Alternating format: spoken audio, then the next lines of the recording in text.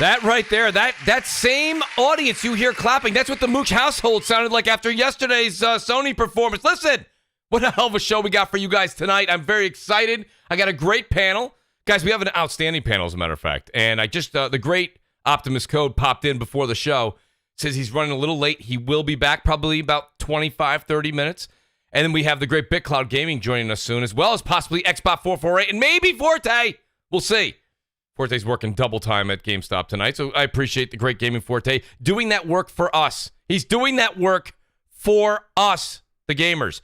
That being said, let me talk about who is here tonight. Very important. Very excited. This is going to be a high-energy show. High-energy show. And I'm excited to introduce every one of these panel members. But before I do that, take a look at that description right there, guys. Everyone's been saying it all week. I'll say it as well. Consider joining the channel. We got great emotes.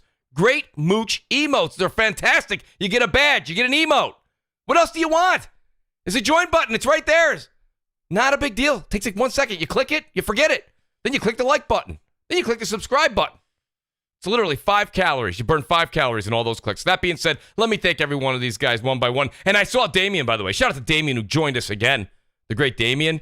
Sir X-Man, JudaZuk, WoolleyGamer, Frostbite Slash, Zombilla Ice Cream, Custods, MumbleRanting Gaming, Tyson Web 509, All-Round Gamer, TrueWiddy, Kn1ght Ripper7, Big Chuck 777, Alphonso Carter, Punkidish, the great BRAP, Jamie, Lady Foxfire, who's in the house. Shout out to Lady Foxfire. Replicant's back home. Great to have Replicant back in the house. And again, I will mention Damien's back with us. Our major Mooch Maniac, SrgntSaltyNutz, SupremeSamurai, Donnell Brown, Smokes 901, that guy Smitty, 4-star General, Brian B, a.k.a. Delirium Blades, and our VIP Mooch Maniacs, our newest one to kind of get promoted. Tactical Gamer, Slayin' Chilean, Sean Slopka, the Wise Old Gamer, Wendigo Rex, Brian Carter, Marty Bison, the great Marty Bison to you guys, MexJ88, Remarkable Knights, the great Percolator 9000, and honorable mentions. We miss you guys. Come back home, please. HumaCast, JWE316, Fort Boy Gaming, Rich Kreiser, Ice Queen Gaming, who's in the chat, Rate the Emperor, Wilmy Hood, in the forever Mooch Maniac, Longshot 316. Guys, I promised you guys a lot of fun. A lot of fun today. I brought the energy on this panel, and it's just going to keep escalating as the show goes on. But let me start with the one, the only. He's been on Twitter. He's been absolutely in fuego. The Crap Gamer is back on the show. Crap, it is outstanding to have you. It's a void. There's an absolute void when you're not on the show. So the great Crap Gamer, how are you this evening, buddy? Doing better, I kicked the crap out of COVID. Sound great. And yeah, I'm back. Like I mean, last week I probably felt good enough, but I just had a cough. You know what I mean? Whenever I would talk for a minute, just like constantly coughing up crap. So yeah, back this week and looking forward to diving into the topics. I thought Sony did a great show yesterday. Absolutely. I'm looking forward to kind of diving into that and giving some thoughts and stuff like that. I mean, surprise. Like there were surprises and stuff. I didn't think that could happen. You know what I mean? Like, honestly, so I'm very happy with what was shown. Get you excited about what's going on. And, just looking forward to diving into the topics. We're going to get into them. Crap, I want to say thanks so much. We have a family member back in the house as well. It's Rated D Demonic. My God, it's been so long. It's like you went away to college and you finally came home just to do laundry. Great to have Rated D Demonic back in the family. Thank you, buddy. I appreciate that. Shout out to Sin Vendetta. Outstanding giveaway he did as well for multiple giveaways. The great Sin Vendetta, CTR2, Impatient Fire, the Defloyd. Great to see the Defloyd in the house. Great to have so many people here, guys. Let me get into this. I got a guy here that literally, I got to be honest with you, if it was up to this one panel member, this show would be about 7 hours long. I don't know. Maybe that's something you guys want, but we'd have to do it on a Sunday, maybe a Saturday. The great Basement Radio Arcade Podcast, who has also been on every single Twitter Spaces since it started. The man is here tonight to talk to you guys. BRAP, how you doing tonight, buddy? You smell that, Mooch? You smell that? Well, I'm a couple of states away from you, but I can smell it. Smell that greatness? Absolutely. You smell it? Sure. Yes, PlayStation Nation's in the house. We're going to introduce them here shortly, but no, it's great to be here. I didn't realize I was on all those Twitter Spaces, but I guess I partake in a few. But, you've been known to. You've been known to partake. Great. Yes, this is true. I am known to partake.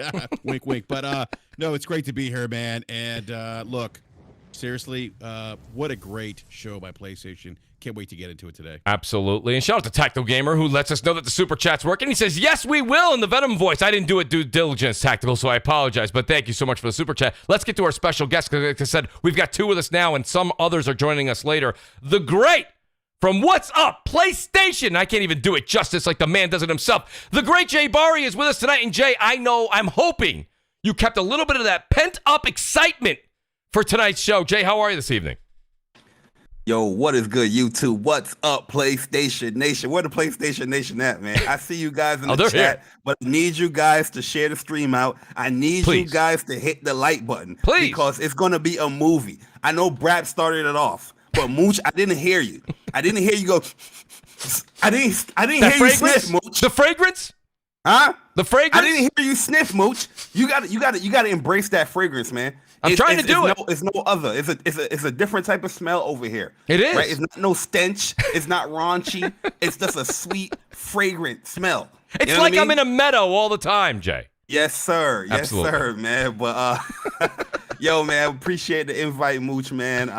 Only Mooch. Only Mooch, because Mooch knows the importance of today. Absolutely, man. Mooch, that's my guy, man. That's my guy. So we coming through, and we about to bless the podcast. It's CrossFire. You know what I mean? Listen, I know the podcast is called CrossFire, Mooch. I'm sorry, but if I hear any stupid opinions, you're getting cut off. I'm sorry, Mooch. Listen, I apologize. But that's ahead why. of time. But that's why it's called CrossFire, Jay. If you hear something that's just absolutely ridiculous, you chime in. That's what it's all about. We don't go round table here. This is all just jump in there. It's just absolute free for all on Crossfire. So welcome here, Jay. Great to have you here. All after yesterday, people's giving their thoughts and opinions on the show, and everybody's always creating this type of beef with PlayStation. No, we're not doing that today. We're gonna celebrate the show. But go ahead, my bad. No, not at all. Actually, Jay, you're 100% accurate. But let me get this: we have to get your co-host for What's Up PlayStation, and not just that, he got an outstanding show, man. Listen, I got one sound effect. This man's got 50. Nonetheless, the great @Persona Speaks, who keeps he's like so lively on that show, man. I don't know how he does it. He talks to his audience for about 3 hours straight. 3 hours straight with the most energy that could be brought to a podcast on a solo cast that I've ever seen. The great @Persona. And Persona, you've also been absolutely on fire as well on Twitter in the past 48 hours. What is up with you, man? And welcome back to the show. Hey, man, first off, I'm a PlayStation fan, too. What is good, everybody? I am Persona of Gaming with Persona, the other half of What's Up PlayStation podcast. And Mooch, I love your energy as well, man. I love being here. Shout out to the Crossfire panel. Shout out to the people in the chat. Definitely hit the like button, share it out. And listen, man, guys, I don't know if you heard this week, but I will reiterate for this show. If you are not riding with PlayStation, move out the way. It's a stampede. There it is. Listen, man, this is the great thing about PlayStation, right? If I want to be a spider, I could be Spider-Man, right? If I want to be someone with claws, I could be Wolverine. If I want to be someone that has smoke powers, electric powers, I can be Infamous. I could be Cole. I could be Delson. If I want to be someone that's in an apocalypse, I could be Ellie. I could be Joe. What I'm trying to say is PlayStation allows you to be who you want to be. That's right. It doesn't limit you. That's right. And I can't wait to talk about the greatness that is PlayStation here tonight with you guys and girls. And let's get to the show. What if I want to be a 60 rated game on a service that I can access for a box of popcorn? That is messy. Crap, you went too far. You went too far. You went too far. Too early. Persona, I have no experience. I have no experience. Unfortunately, I can't help you there. I'm a console engineer. That's great. What if I want to be a super soldier Persona and be in love with AI? Okay, that's cool. Nobody cares about that. Listen, I want to be Wolverine. I want to be Spider-Man. Nobody cares. No one cares about that. No, but the numbers don't lie. Men lie, women lie, numbers don't. You understand? And what do the numbers say? What do the numbers say on Twitter? What do the numbers say on YouTube? Where's the excitement? You understand? We just seen 30 to a minute of Spider-Man and 30 seconds to a minute of Wolverine. And the internet is on fire. Oh, matter of fact, if you want to be a superhuman, you could be a god. God of War Ragnarok. There you go. See, Persona just needed a minute. I love that. He just needed a minute. You understand? understand? You could be anything you want when you are on the PlayStation side. That's what I'm saying. See, there's options. So you're saying there's options, and we are in the generation of options. That is correct, Persona. But you know what you just said, Mooch? You basically drilled down to this. If you want to be a god or a superhero, PlayStation's got you. Think about that. They got you covered. Okay. Superhero. I'm taking notes. If you want to be, a Jedi or Sith, man. There it is. Just say, or listen, when I was a kid, I used to have the Matchbox race track in the Hot Wheels. Yes. So if you want to be a race car driver, you know what you can do? GT7. Yo, you know what's funny about that, Persona? You can actually do that with Gran Turismo. Of course. In real life. Of course. A real simulator. But, I feel like, I'm sorry. This is your show, Mooch. No, listen, man. Look, I told you the reason I was excited about tonight, I know that's the reason the audience is excited about tonight, is the energy that you two are going to bring to this show. Not to mention everybody else that's joining us later. I do have a request here by Holamoka17. Holamoka says, Crap. He wants you to read this, Crap. Do you see his super chat? He said, I'd like Crap Gamer to read this. Can you see that or not? I don't want to take your thunder away, Crap. That's the reason. How far up is this? It's pretty far up. No, it's pretty far up. I'll read it. He says the Royal Order. He says the Royal Order of Pegasus Nation. PlayStation just don't know how to lose. Hit after hit after hit. Hit after hit after hit. A lot of people look at PlayStation as doing things like the old school way. Yes. But a lot of times, if it ain't broke, don't fix it. You know what I mean? Like, you don't have to reinvent the wheel. Sometimes the wheel works fine. And I like that PlayStation kind of does that. Yes. I mean, listen, they're still sneaky. Let's sneak in that Uncharted 4 and the other Uncharted game are going to PC, right? But hey, let's announce all these other things at the same time so that it kind of people don't even talk about it. So they're sneaky too, but little bit. I don't have a problem with that. And I think we'll kind of get into that crap. It is. It's so many years later. It's a big problem. It's definitely a problem. You understand? Yeah. Because listen, here at the PlayStation Nation, right? Yeah. Here on the PlayStation side of things, we demand respect. You understand? You're not going to roll over us. You're not going to disrespect us. It's called a PlayStation showcase, not a PlayStation and PC showcase. Yeah. I don't want to see that PC shit. You don't want to see trebuchets for 10 minutes? Get that out my face. Game? Mooch. Yes. You know why it's an issue, Mooch? Why is it? No, Jay, I want to hear because I know you've definitely done solo casts on this yourself. Yeah, because at the end of the day, like we know that PlayStation and all these other conferences, they show like third-party games, right? Like say 2K getting shown. Is it gonna show on Xbox and Switch and all that stuff on the PlayStation show?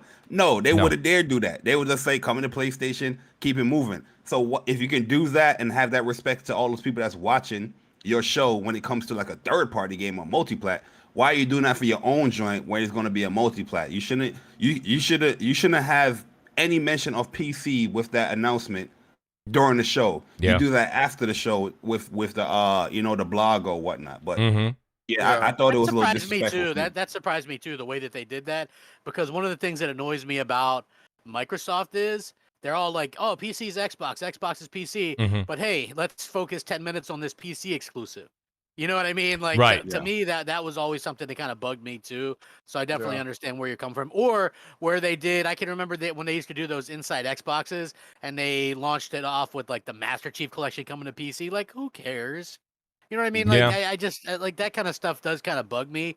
So you guys been asking for it. Yeah, Master Chief Collection coming.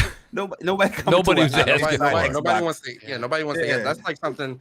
I feel like PC announcements like that should be like side, like that was in the blog after the fact, fine, whatever, right? Because I've talked about the whole PC thing for like 2 years now, right? Like I say the same thing every time, but in terms of this, like on that center stage, I'm like, I feel like you can have put that in the blog, and I mean, and that's the selfish side of me, the business side of me. I get it. You're trying to, all eyes on all eyes is on this conference, so you're trying to let everyone know, like, hey, look, this is gonna be on PS5 and PC or whatever to kind of pull that crowd in, but I'm like, nah, you shouldn't have did that. I listen, it's funny because I know Jay, I know Crap, and I know that Persona are they're just not going to feel the same way I do about this. At this point, the whole going to PC thing, if it's not day and date, it kind of just falls on like numb ears, you know what I mean? Deaf ears. Like it's not like people like just don't, you know what I mean? Like they don't. It doesn't seem to affect the masses anymore. Is my point. I think that it just we kind of brush it off, and I think that PlayStation putting it in the show because everybody gets all excited and amped. This happens all the time. Happened a lot earlier, maybe 2-3 years ago, right? You'd have a show, and it would say, remember when Miles Morales, and then we found out afterwards, they were like, well, Miles Morales is also coming to PS4. But they didn't say it during the show. They said it after the show. And it's kind of like, you might as well just say it during the show. I'm at that point now. That's where I'm at. Because everything's got to be transparent. Everything's got to be in front of you, right? People say it all the time, why don't you just tell us? Then they tell us, and we're like, don't tell us everything. You know what I mean? So it's like, we got to, listen, they're telling us, it is what it is. And here's my thing. When it comes to PlayStation first party going to PC, I think it's fantastic. I have no problem with that at all. You know what? Uncharted came out, what was it, 2015, Uncharted 4? Like, who cares? Who cares? 2016 was when Lost Legacy came out. Who cares? I mean, like, great, let everybody enjoy it now. With the whole Uncharted thing, it's like, it didn't really need to be there, period, in my opinion. You know, like, that whole thing could have just been straight up a blog post. That's true. Now there I'll roll with you. Persona, I'll roll with you there. That's fine. Yeah, like, because, you know, I get it. Like, you know, like I said, I get it. You know, when it's all eyes on you and things like that, you're definitely going to want to put that out there. And yeah, obviously transparency, yes. But I think with something like this, you know, more so focusing in on this Uncharted collection, that whole thing could just straight up in a tweet, a blog post, and kept it moving. That didn't need to be. I really can't. I cannot argue with you on that. I agree with Persona there, because considering like this is like their E3 show per se, like it was a little trivial to see that. It did really, like, I saw it, I'm like I just ignored it. Like, why even show that there? It's very trivial. I agree with you, Persona. Like, it could have been a blog post easily. Yeah. You know, or maybe like something they say for state of play or something. Yeah, no, I completely agree with that. I got a couple super chats here, and then I want to get to this first subject, which is kind of what we're actually talking about. But one typical, he says, no, I'm late, but I just beat Spider-Man, Miles Morales. Great! Absolutely. The great Sin Vendetta, he says, by far the most hyped announcement yesterday for me was the Kn1ght remake. He said, I literally screamed out loud in happiness, Sin, you're not alone. The great Slayin Chilean, who's here, he says, Insomniac, MVP for Sony. Everyone's kind of felt that way, right? Everyone's kind of felt that. That's the best name, by the way. Slayin Chilean. It is pretty good. I can't even argue with you on that one at all, man. It's a fantastic name. I have appreciation for that name. I think it's pretty fucking funny, but it's outstanding, to be honest with you. Then I've got the great Sin Vendetta. He says, also, BRAP Mooch, where's our Bloodborne remaster? Bloodborne 2, Bloodborne Cart. He's just saying, give me Bloodborne. That's what we're going to talk about, Sin. We are going to discuss that tonight. We are going to get into some of the things that we thought maybe were missing from the show, from things we've heard that were kind of leaked that apparently were not accurate leaks at all. The great Royal Boyle 78 says, what's good, Crossfire? Mooch, the great panel, and of course the chat. Here's to a great show. Royal Boyle, thank you so much every week for that amazing support, buddy. Thank you so much. Strong Jawline Herman, outstanding. Yeah, it's a great name. Will Wolverine come to Xbox? I would say probably not. Absolutely not. I would say not. And I don't like to speak in absolutes, Mr. Herman. No. But at the same time, I would say probably not. TrueWiddy, Mooch Maniac, family member, outstanding guy here. He says, don't forget, Wolverine can't die. PlayStation all the way, baby. Let's go, ponies. Let's ride into Hall of Valhalla with Kratos, or swing in New York with Spidey. I mean, TrueWiddy's got everything covered right there. Everything covered. Let me start with Persona. Persona, you really kind of were really loud about this. Now, you were very fair, I thought. You've always been very fair on your show. You say the good, the bad, and the ugly when it comes to anything, whether it be Xbox or PlayStation. You call it out as you see it. So let's talk about this. Give me a couple of your strong suits for what happened yesterday on the show. What did you think was something that you didn't expect to see, something that you were extremely hyped about? And then let's talk about some of the misses, because me and you were talking about this in the pre-show. There were certain things that you thought were a bit of a miss as well. You know, I wouldn't say you give this an A++. You probably gave it a very high rating, but I don't know if you like the entire show. So, Persona, what were some of the good, the bad, and the ugly? You know, let's start with the bad news first. You know, some people say let's start with the good. If it's okay, I'll start with the bad first. First and foremost, Deathloop. If anybody watched my live reaction yesterday or Bari's live reactions, I was livid at the fact that Deathloop was there, because I'm like, why are you here? You do not need to be here. I do not want you. Like, this game comes out next week. Like, go away. No one wants you here. Go away. I was very pissed off at that. And so that was a miss for me. GTA 5. I mean, when GTA 5 first came out, back on PS3, I mean, bro, I was how old was I? 22 or something like that. Like, this game's there's almost 10 or at the 10-year mark of this same game being shown, re-released, shown, re-released, shown, when are we going to move on? I told Persona, I felt like I platinumed the game already. Yeah, no, go ahead. Yeah, I feel like same way, Persona. And I get it, GTA is very popular and things like that. I'm kind of over that whole GTA thing. Like, back in the day, San Andreas and stuff like that, I was on that heavy. But I'm like, guys, like, I'm sick of seeing this. And then what we saw wasn't that impressive. Enhanced and all this. Enhanced where? The shit looked the same to me. Even after watching the upload video, it looked exactly the same. So what are you talking about? I'm trying to think of that Radiohead game.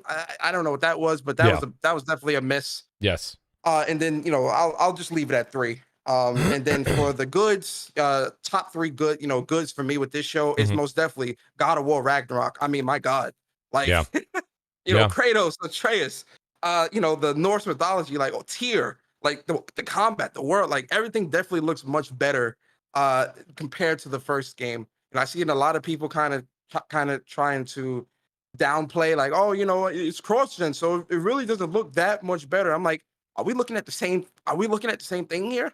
Like, look at the world around you. Yes. Look at what, like, when he was on the ice sled and all that wind and particle makes you want to jump right back into the game, Persona. Yes. Exactly. When he was in the tropical area or whatever, and there was like the waterfall and the smoke and it just looked more granular, right? Now, obviously, that whole notion is always going to be in the back of our heads of, oh, well, if this was only on PS5, it could have truly been much better. I agree. But from what I saw, fire. I agree. Spider-Man. I mean, listen, I'm a huge Spider-Man fan. Spider-Man 2, seeing that, I think that was Kang talking. It's seeing Venom. I love Venom. Miles Morales. Just seeing that really had me hype. And then number 3 is most definitely Wolverine. I mean, man, it was just Wolverine is another one of my favorites. Hulk, Wolverine, and Spider-Man are really like my favorite Marvel characters. I'm on board. You get what I'm saying? Like, I'm happy, right? And then my surprise is actually KOTOR, Knights of the Old Republic remake, being exclusive, a launch exclusive, whatever. The wording is a little, the fact that PlayStation's publishing this and kind of like putting a lot of, they're really involved in this, and it's exclusive to PlayStation 5.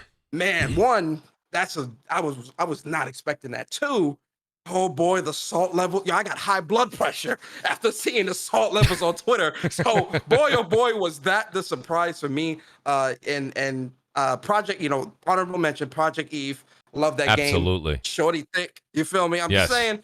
And the combat looks amazing. The world looks great. And overall, it was a great showcase. 9 out of 10. So let me do this. And Persona, I think you really you probably hit the top level for a lot of the people that enjoyed the show. I'm going to go to Barry. I'm going to introduce the great BitCloud Gaming, by the way. I'm going to give Bit a second here. Bit literally just did a 2-hour show, okay, where he probably got extremely animated on his show. And now we're asking him to get it on this show. But Bit, we're going to go right to you. You want to get to Jay Barry real quick here, then I'm going to BitCloud. Jay, the one thing I'm going to ask you is kind of the same thing. I want to hear you're good, you're bad, you're ugly, but hear me out. The other issue I have is people keep saying time and time again, why do they keep showing third-party games? That's what they do. We have such short staple for every show. Right, thank you, Bit. That's what we've been doing every E3. We used to see Call of Duty go up on stage. We used to see GTA go on stage. We used to see all kinds of things go on stage, right? They still do that. And I had no problem seeing some of these third party. I understand we just want to see banger after banger. There's one that I didn't want to see because it kind of gave you that out of world type of vibe. Y'all know exactly what I'm about to say. I'm talking about fucking Deathloop. I'm getting a little tired. Persona just absolutely tore that game apart. Like, every time somebody says Deathloop, my eyes start twitching because I'm like, starts twitching out in his chair.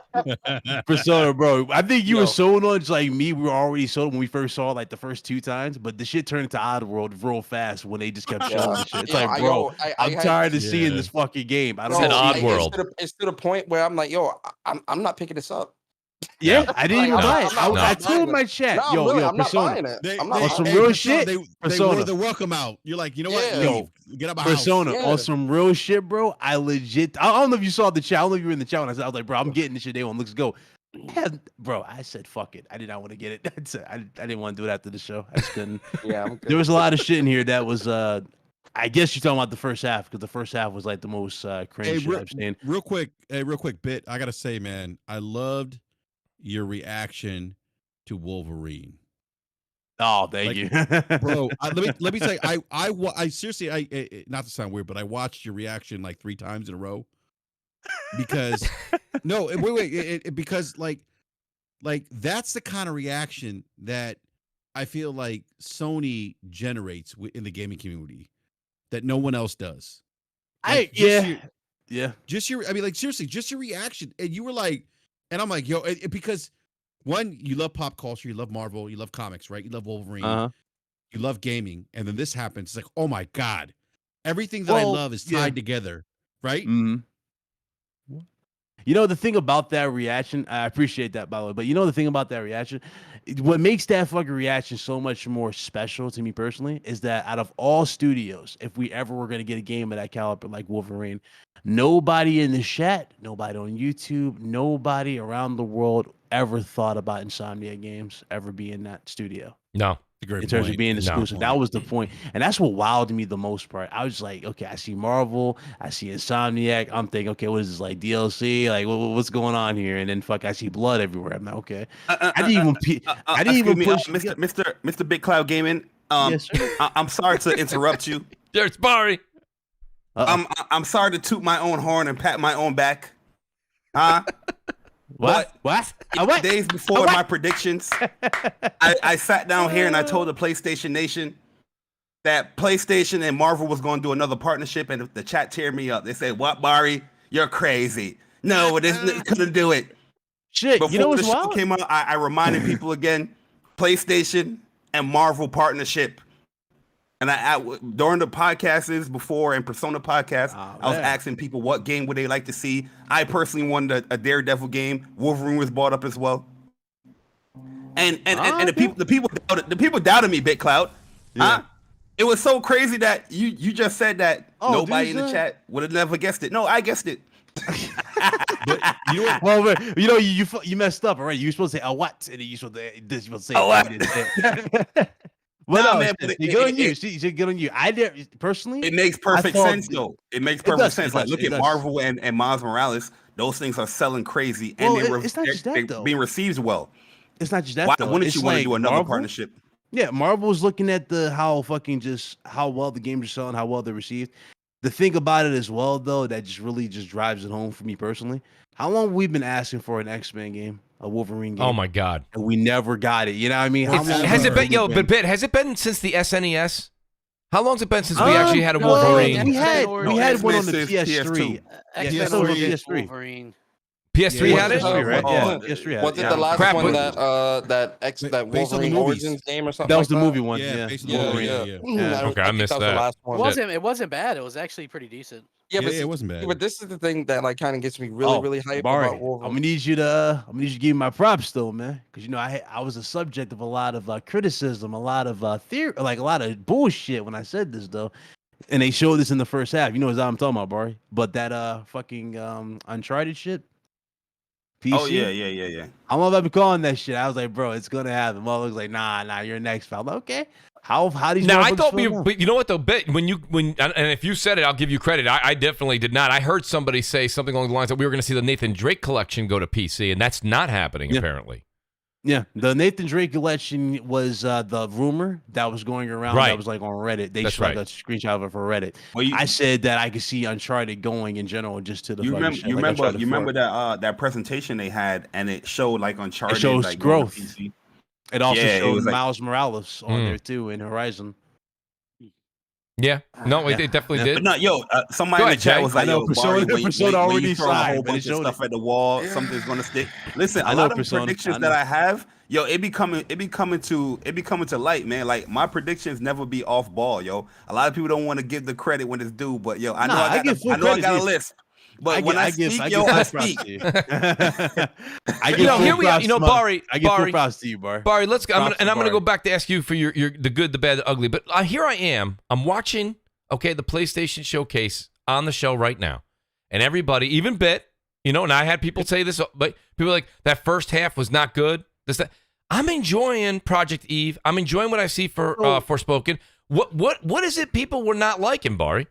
So No, it like- was the like for other. me, It was the the- other stuff. It was like the filler stuff. Like some Well, yeah, announcements but- were good in the beginning. Like for example, Project E, like you said, That was- Forspoken was good. Project right? Eve, I would put my money down right now to pre-order that. I would pre-order that right now. Yeah, like the beginning of the show, I thought it Bloodsports started off excellent because Blood Hunt. KOTOR was a huge surprise. Yeah. The fact that a game that is pretty much synonymous with Xbox is now coming to PlayStation, and it has like a time exclusivity, and we know PlayStation is publishing it and helping develop it with its Aspire Games. You know that joint's going to be like a Forspoken kind of deal, like 2 years. That ain't coming no other platform. You know what I mean? Like PlayStation, when they published it, they ain't. It's not a 3-month exclusive deal. You know what I mean? Like this is gonna be a while. Oh, before it speaking of touch that exclusive platform. deals, that fucking what's the name? Those 2 games. They're talking about 2-year exclusivity. Fucking Knights of the Old Republic. They're talking about KOTOR, yeah. 2-year exclusivity. Yeah, that's and it was what I'm the other saying. game. Like, they're not gonna do it. Wait, They're what was not the gonna other? do What was the other one? The other one was I'm trying to remember. Was it Forspoken? Yeah. Yeah, that's exactly what I just said. It's those two. But yeah, that's the thing. Ghostwire Tokyo is 6 months. Deathloop is a year. Yeah. Like PlayStation timed exclusive stuff.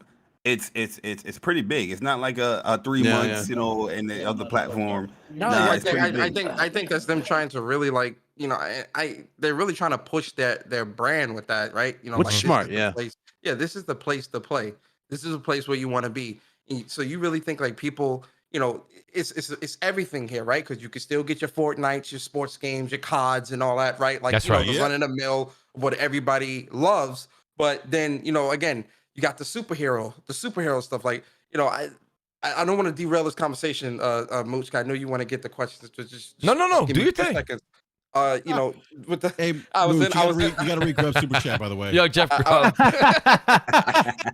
I was in a spaces earlier, and I heard certain people talking about how a parent wouldn't buy their children a PlayStation because it doesn't have they will go for the cheaper option and all this stuff. And I'm like, listen, I get that I don't have a kid yet, but you know, I have a lot of nieces and nephews that, you know, I've bought things for Christmas and all that stuff. And believe me when I tell you, when it comes to parents, a parent is going to buy what their kid wants for like Christmas, their birthday, or That's whatever. true. They're not going to be standing in the store saying, well, you know, he wants this PlayStation 5 with Spider-Man and Miles Morales and Wolverine and all these other things. But you know what? This $300 Xbox Series S doorstop in this Game Pass is what's a little bit. Like, no parent is sitting in a store, you know, doing that. They're going to get that PS5 for $400 to $500 with that Yo, Miles Morales. kids, you know what's funny? And I heard this on Persona. I heard this on Spaces. People were saying this on Spaces today. Kids are not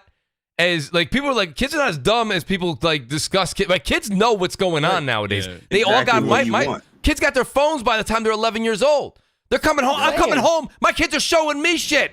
You know what I mean? Like that's what. So I'm trying to say to you is that like you're saying when the kids are actually specific to a certain brand or what they want. That the parents go out and get that if they're going to get it at all. I can see the parents saying, "Guess what? No, I'm not spending $300 or $500. You're not getting anything. That's fine. That's fine." You're right. Most parents will say yes, though.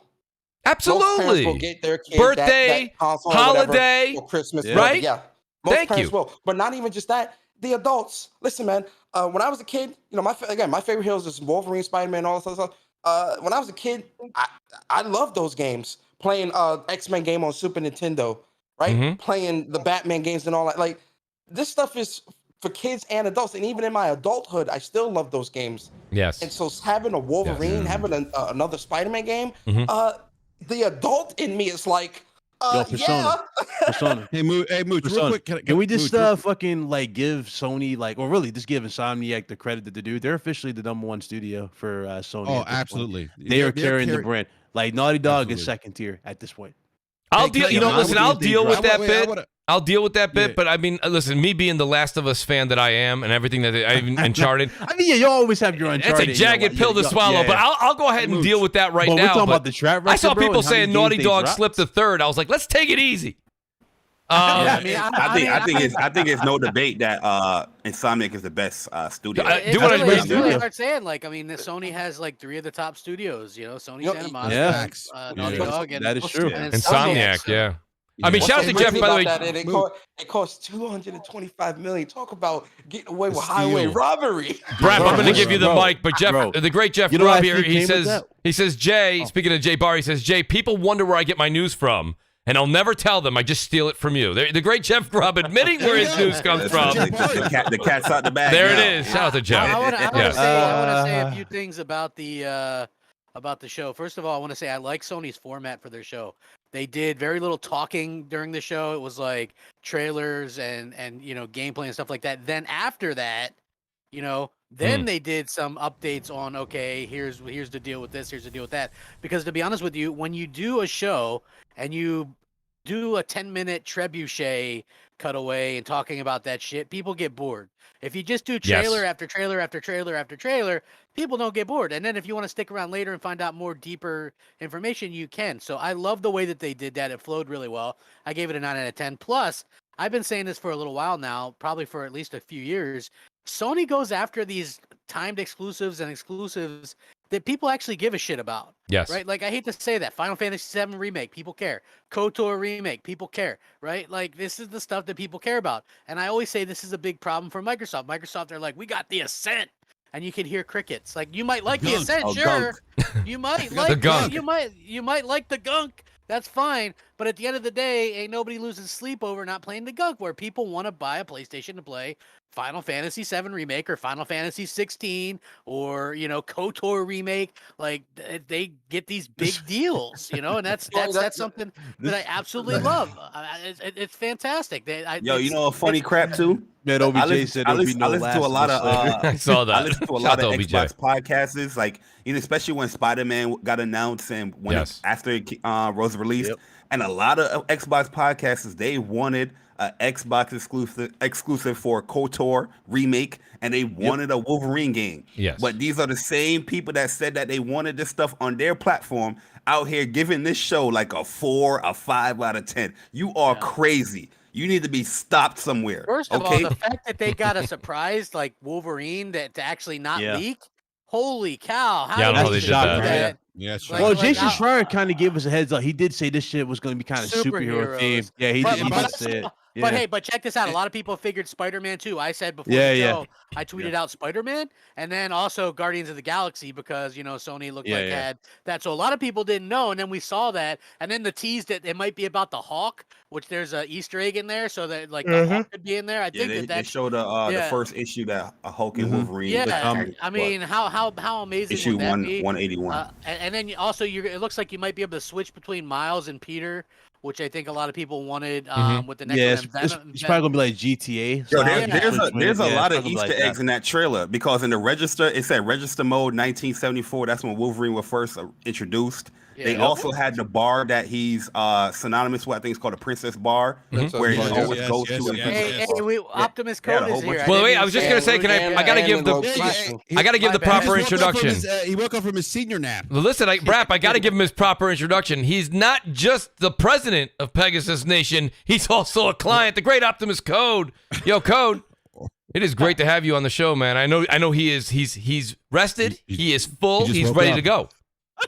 What up, man? I appreciate the invite first and foremost. Thank you, Mooch, for allowing me to be here. Absolutely. And of course, shout out to the Pegasus Nation. Oh boy.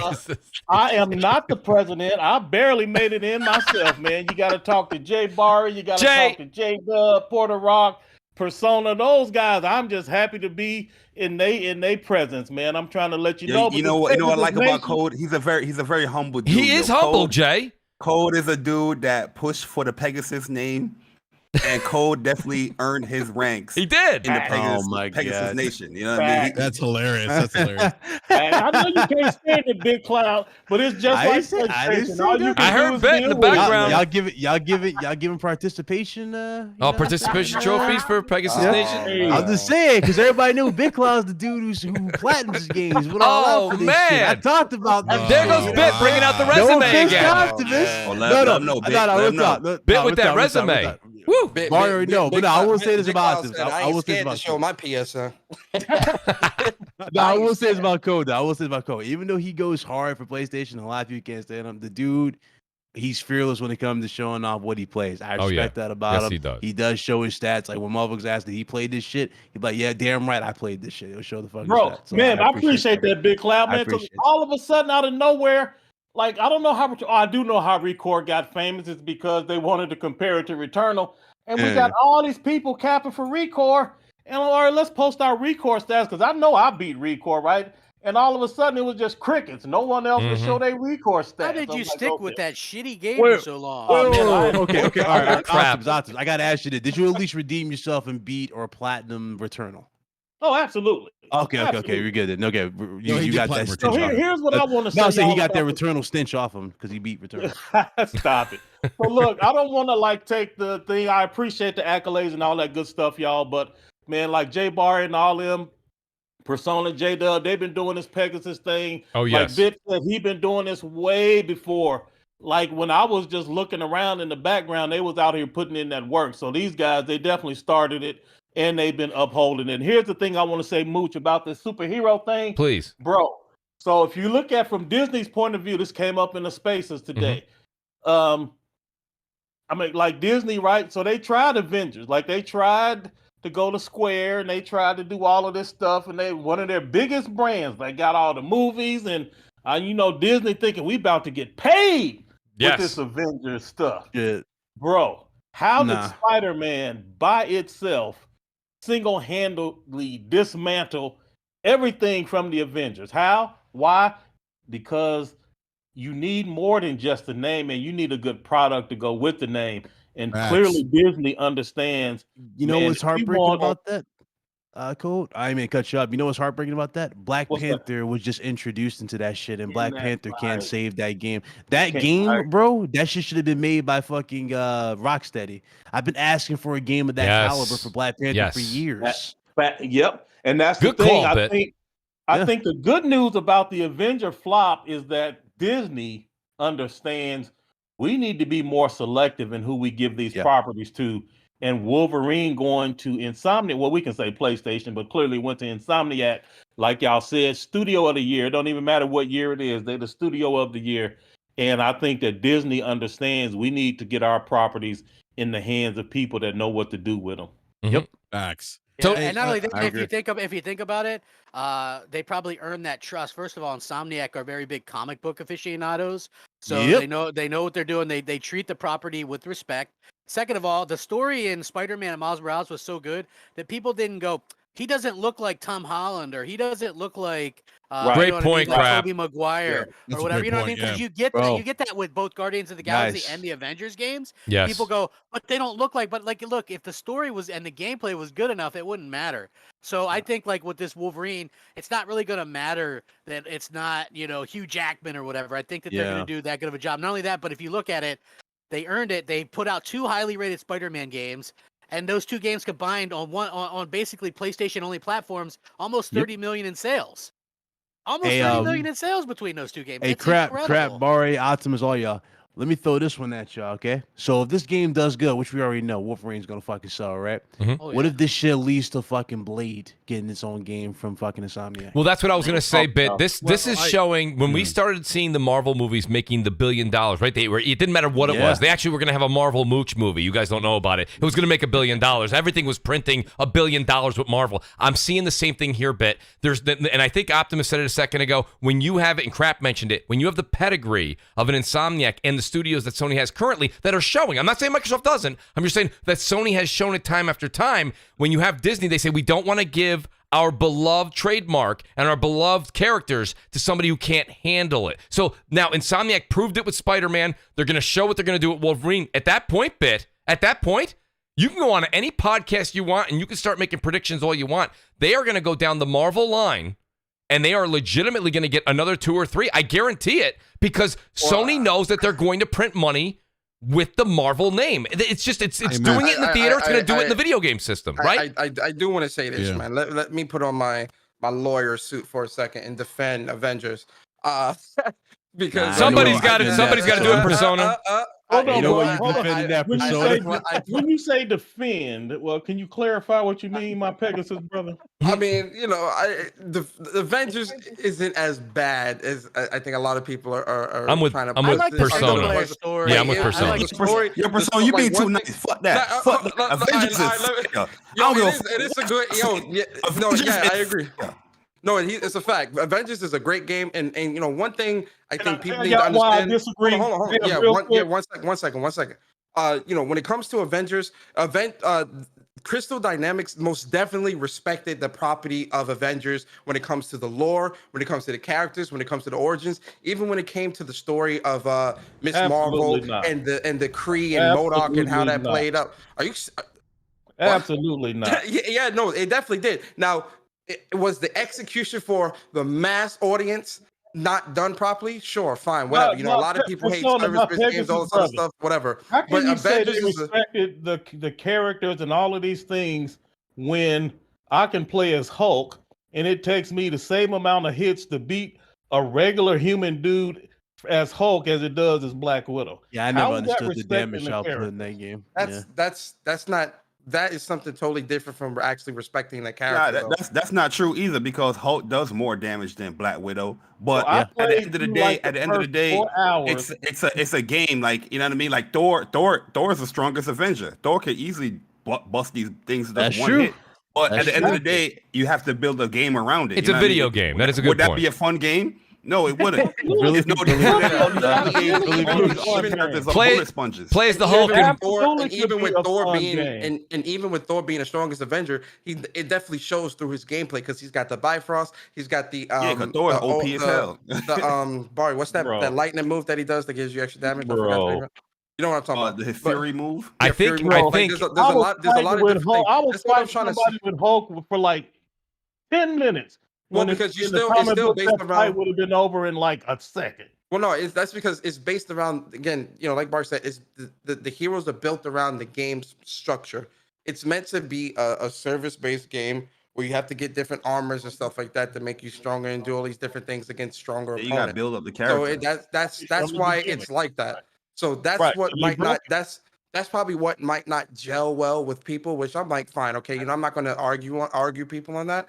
But I will say that when it comes to the building of these Marvel property games and things like that, Insomniac is obviously clearly the winner and the best when it comes to that.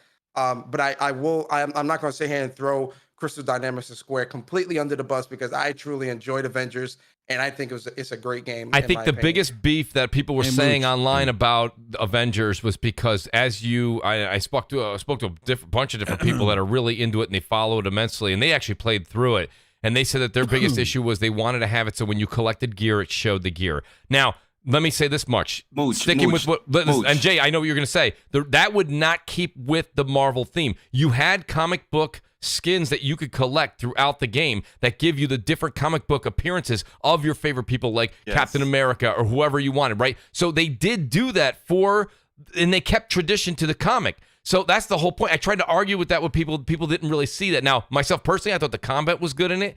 The problem I think I had was to play the length of Avengers as Persona and Jay did and Platinum the game, to play that as much as they did in the form of pretty much melee combat, I thought got a little redundant. But that was the only thing for me personally. I would have no problem going through and running through Avengers. I have it on PS5. I just never I didn't anyone to, you guys linked up. I think if I could find everyone was so down on it when it came out. You guys remember that it was very hard to find anybody to run through it, because playing it alone for a minute, it was like, all right, it started getting a little tired of some playing that as melee by my damn self. But I was like, does anyone else want to pick this game up? Everyone was like, nah, I ain't buying that shit. So it kind of went by. I bought it on Xbox and PlayStation.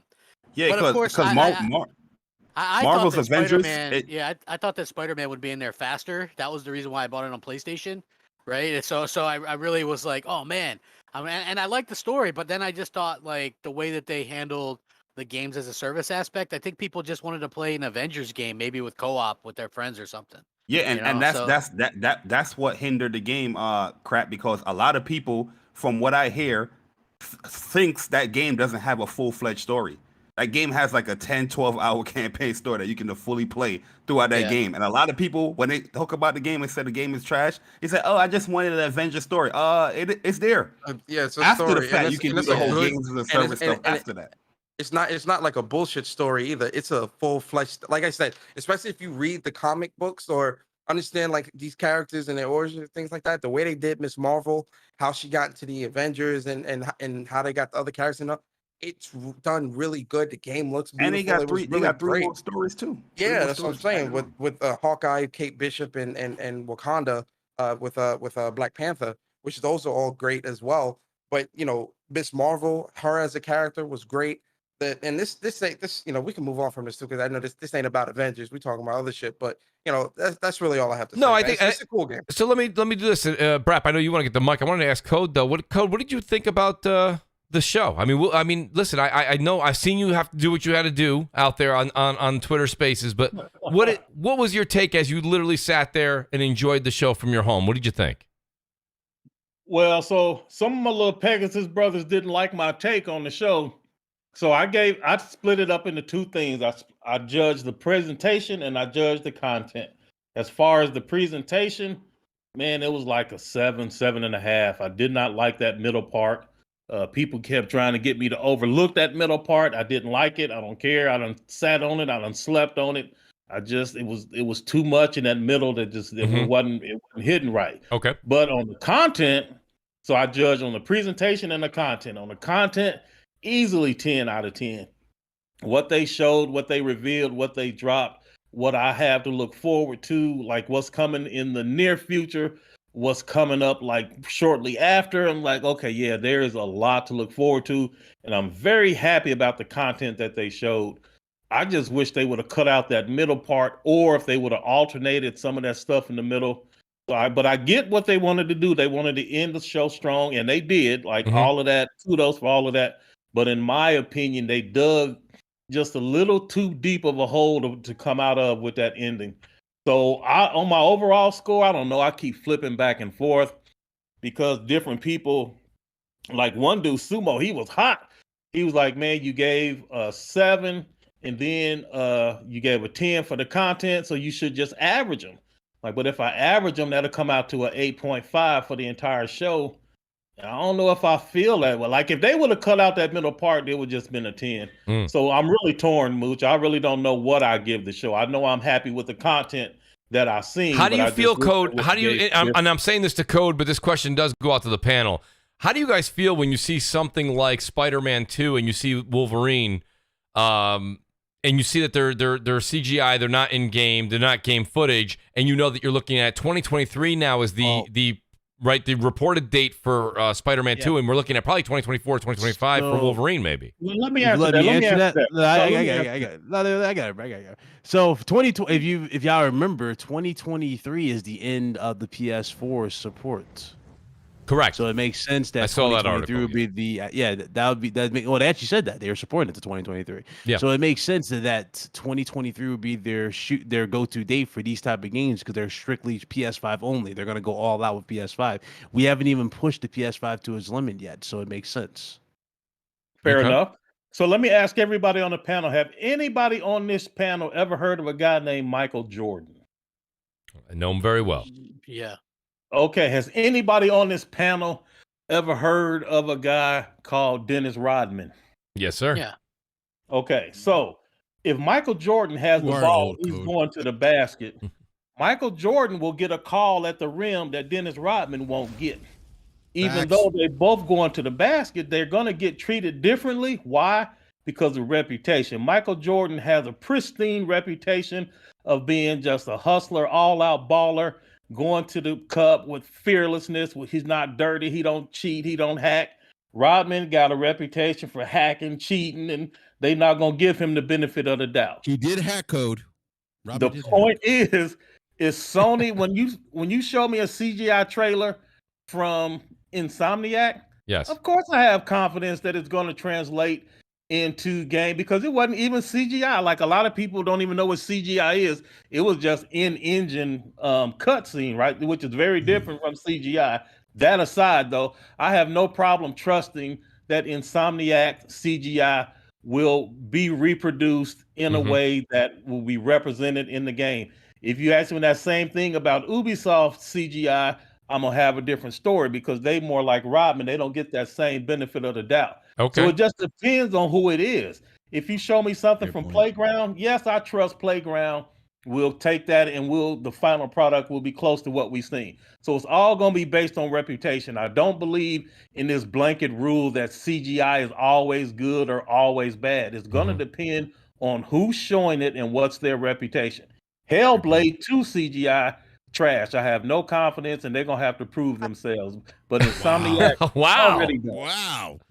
So, and shout out to Jeff. He said something in the chat. I tried to get Jeff to give us a little more information, but Jeff said that Microsoft is in talks with Disney for their own deal. So I don't know if that's... Jeff just come in here? Like, do we have to pay him or something? No, Jeff was on. He was on the show 2 weeks ago. Jeff, Jeff knows. Jeff, you want to jump into the waiting room? We'll get you right in here, buddy. We'll get you right in there. Come in. So what is it, Jeff? You don't want to hang? You don't want to come slumming with us? Come on in. Get Jeff in here. Let's get in here. The water's warm. Come on in. The water is warm. Yeah. Right. Go ahead. Hope the water isn't warm. I wouldn't want to be in a pool with warm water. Warm water. Let's go with what you said. Mooch, can I say what real quick, Mooch? That's an actual saying, guys. I swear to God. Can I say a quote I real would want quick? to be in a cold pool, not a warm pool. That's Mooch. All right, come on in. Can I say The water's a quote real freezing. quick? Yes, go ahead. Is that cool? Can I say this quote real quick? Please, Barry. Huh? Yes. Huh? Because I find it really funny that like a month ago or probably 2 months ago when Phil Spencer came out and said we're not in the business of just trying to create the green version of somebody's blue or red version on their platform. That's not an example of creativity that we want to see in the gaming industry.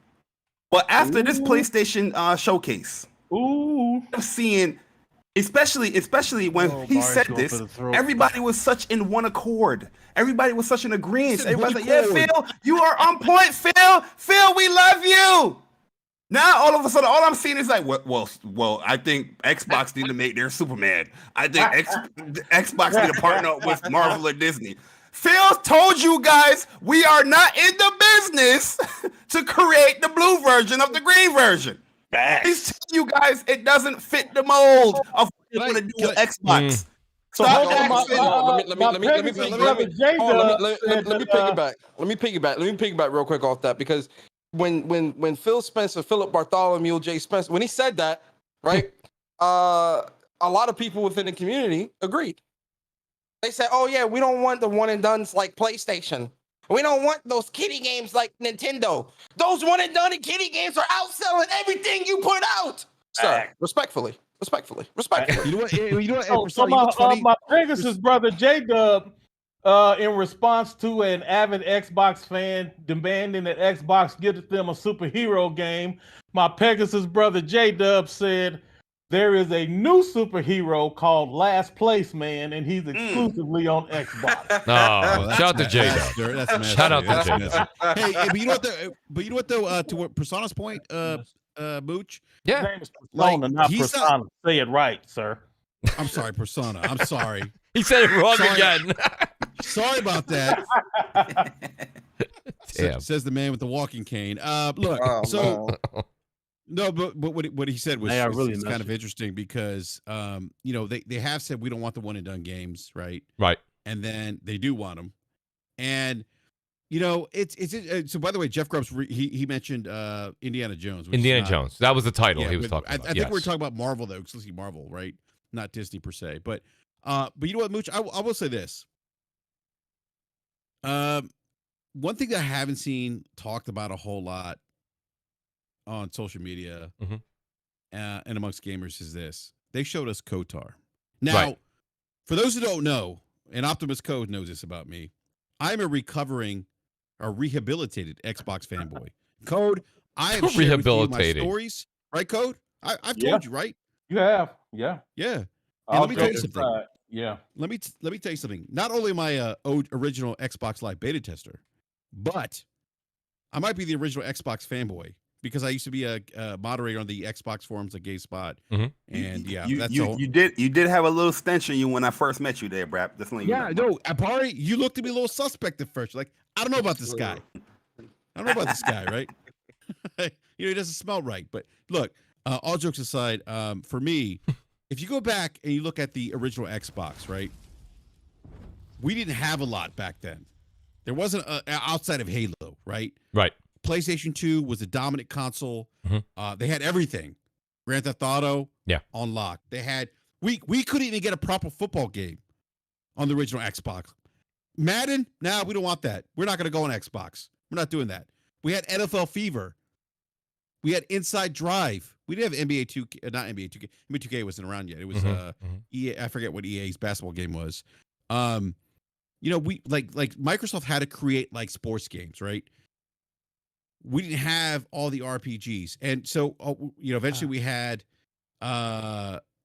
we had more Elder Scrolls, and then we had KOTOR, and KOTOR was big. Yep, KOTOR, KOTOR, right? KOTOR was a pillar for the Xbox platform.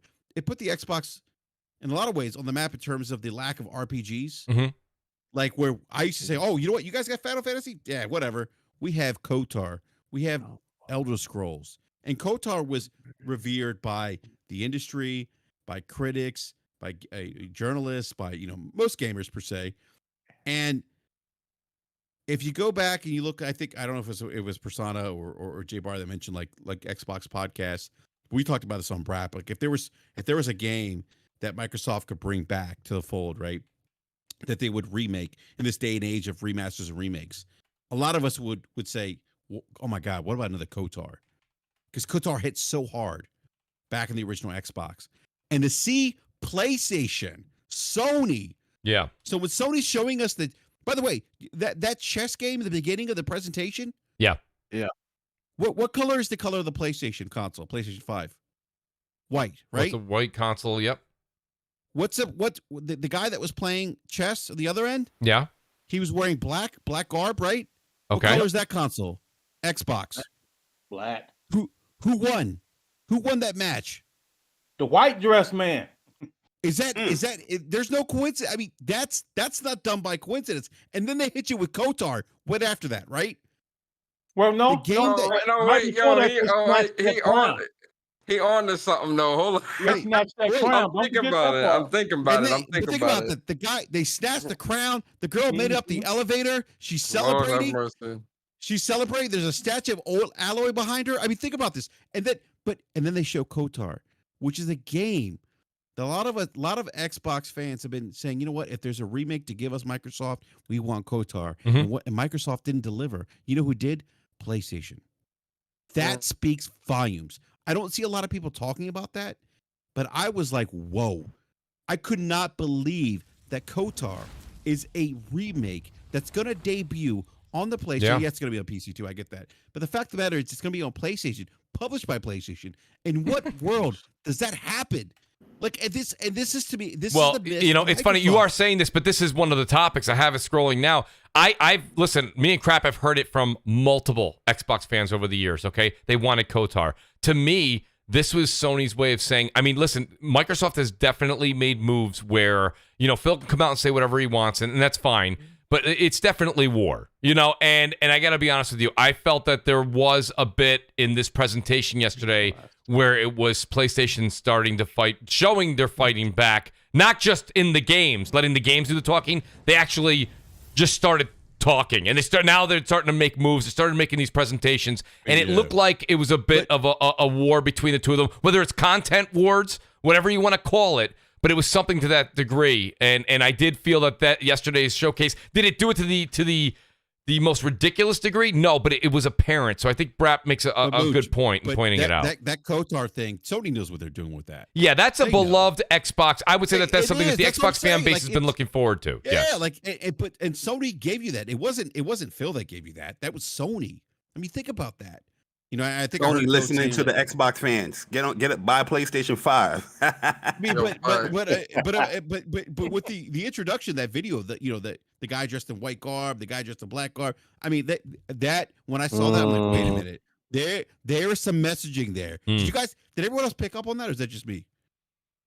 I didn't take it as deep as you went with that, but I definitely took it as, the expression that we've all been using on social media for quite some time is when somebody's playing chess versus the other team's just playing checkers. And it's, it's definitely, that's kind of how I took it. I saw that it was is PlayStation making strategic moves. That's the way I kind of read into it. You definitely took a look at the characters and you're looking at the actual garment that people were wearing, and you took it a step further, BRAP. So good on you to actually kind of dive into it. We talked about it on the Spaces yesterday. That same line of reasoning, it makes perfect sense to me. It sure does. Yeah, no, that was something. That was something. Yeah, chess. Just not checkers, man. I mean, I will say this: I do think Sony's creating their own MC universe with some of the characters. It seems it. It definitely does. Yo, you know what's funny when you think about Marvel and Marvel games, you're gonna mention PlayStation because at the end of the day, they are promoting Guardians of the Galaxy, Avengers, Spider-Man, Wolverine, like all of that stuff is like PlayStation is stamping their names all over that, and it's a perfect deal, man. To go a step further, it's all about the way I see PlayStation kind of setting themselves up with these partnerships and not necessarily a whole bunch of big, super crazy acquisitions. It's about the mind share, right? Yes. Because yes. to be the home of Star Wars and Marvel, I mean, you might as well be the World Bank. Like, let's be honest here, because the movies that make the most money right now are Star Wars and Marvel movies. You get what I'm saying? Comic book movies and things like that. TV series, TV series and all that stuff. So when it comes to what PlayStation is doing with having these superhero games that are not just like these bullshit quick movie, straight to movie games and shit. It's actual love and care being put into these games. Like, that's the one thing that makes like Spider-Man and Spider-Man Miles Morales so great, because it's not just this movie adaptation that they're doing, and it's bunch of devs that's just doing a job on some assembly line development bullshit. No, these are people that love the characters, read the comics. Listen, let me back up. Let me back up what Persona's saying and maybe put it into a different light for a lot of folks. When I first saw that Disney Plus was going to be a thing, okay, I didn't necessarily know exactly what we were going to get in there. The reason that what I think Persona's saying is when all of a sudden you become known, whether it's true or not, and I know there's a lot of people that are going to be in the chat go, Mooch, you don't know that's true. Persona, you don't know that's true. That's fine. But if you see them slowly go from Spider-Man to Wolverine, and then they get a Hulk, and then they get a whatever the progression is up the Marvel, if that persona, if you like that in air quotes, okay, if that's with the PlayStation brand, listen, that's the reason that, and I'm only speaking for myself, I'm not speaking for the panel or you guys in the chat.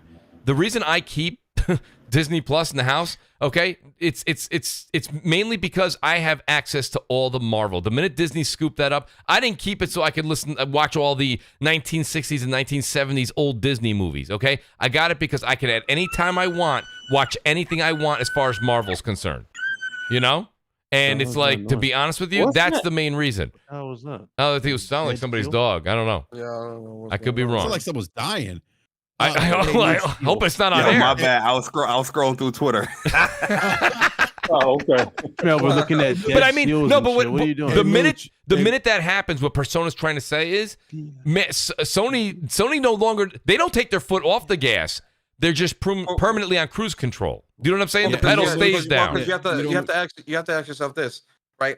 With the success, with this KOTOR game, it's a big if, though. Again, a lot of people in this community are definitely clamoring for KOTOR. They wanted that back. So the fact that it's coming back is a big thing. And then we know that Respawn is making a Star Wars game too.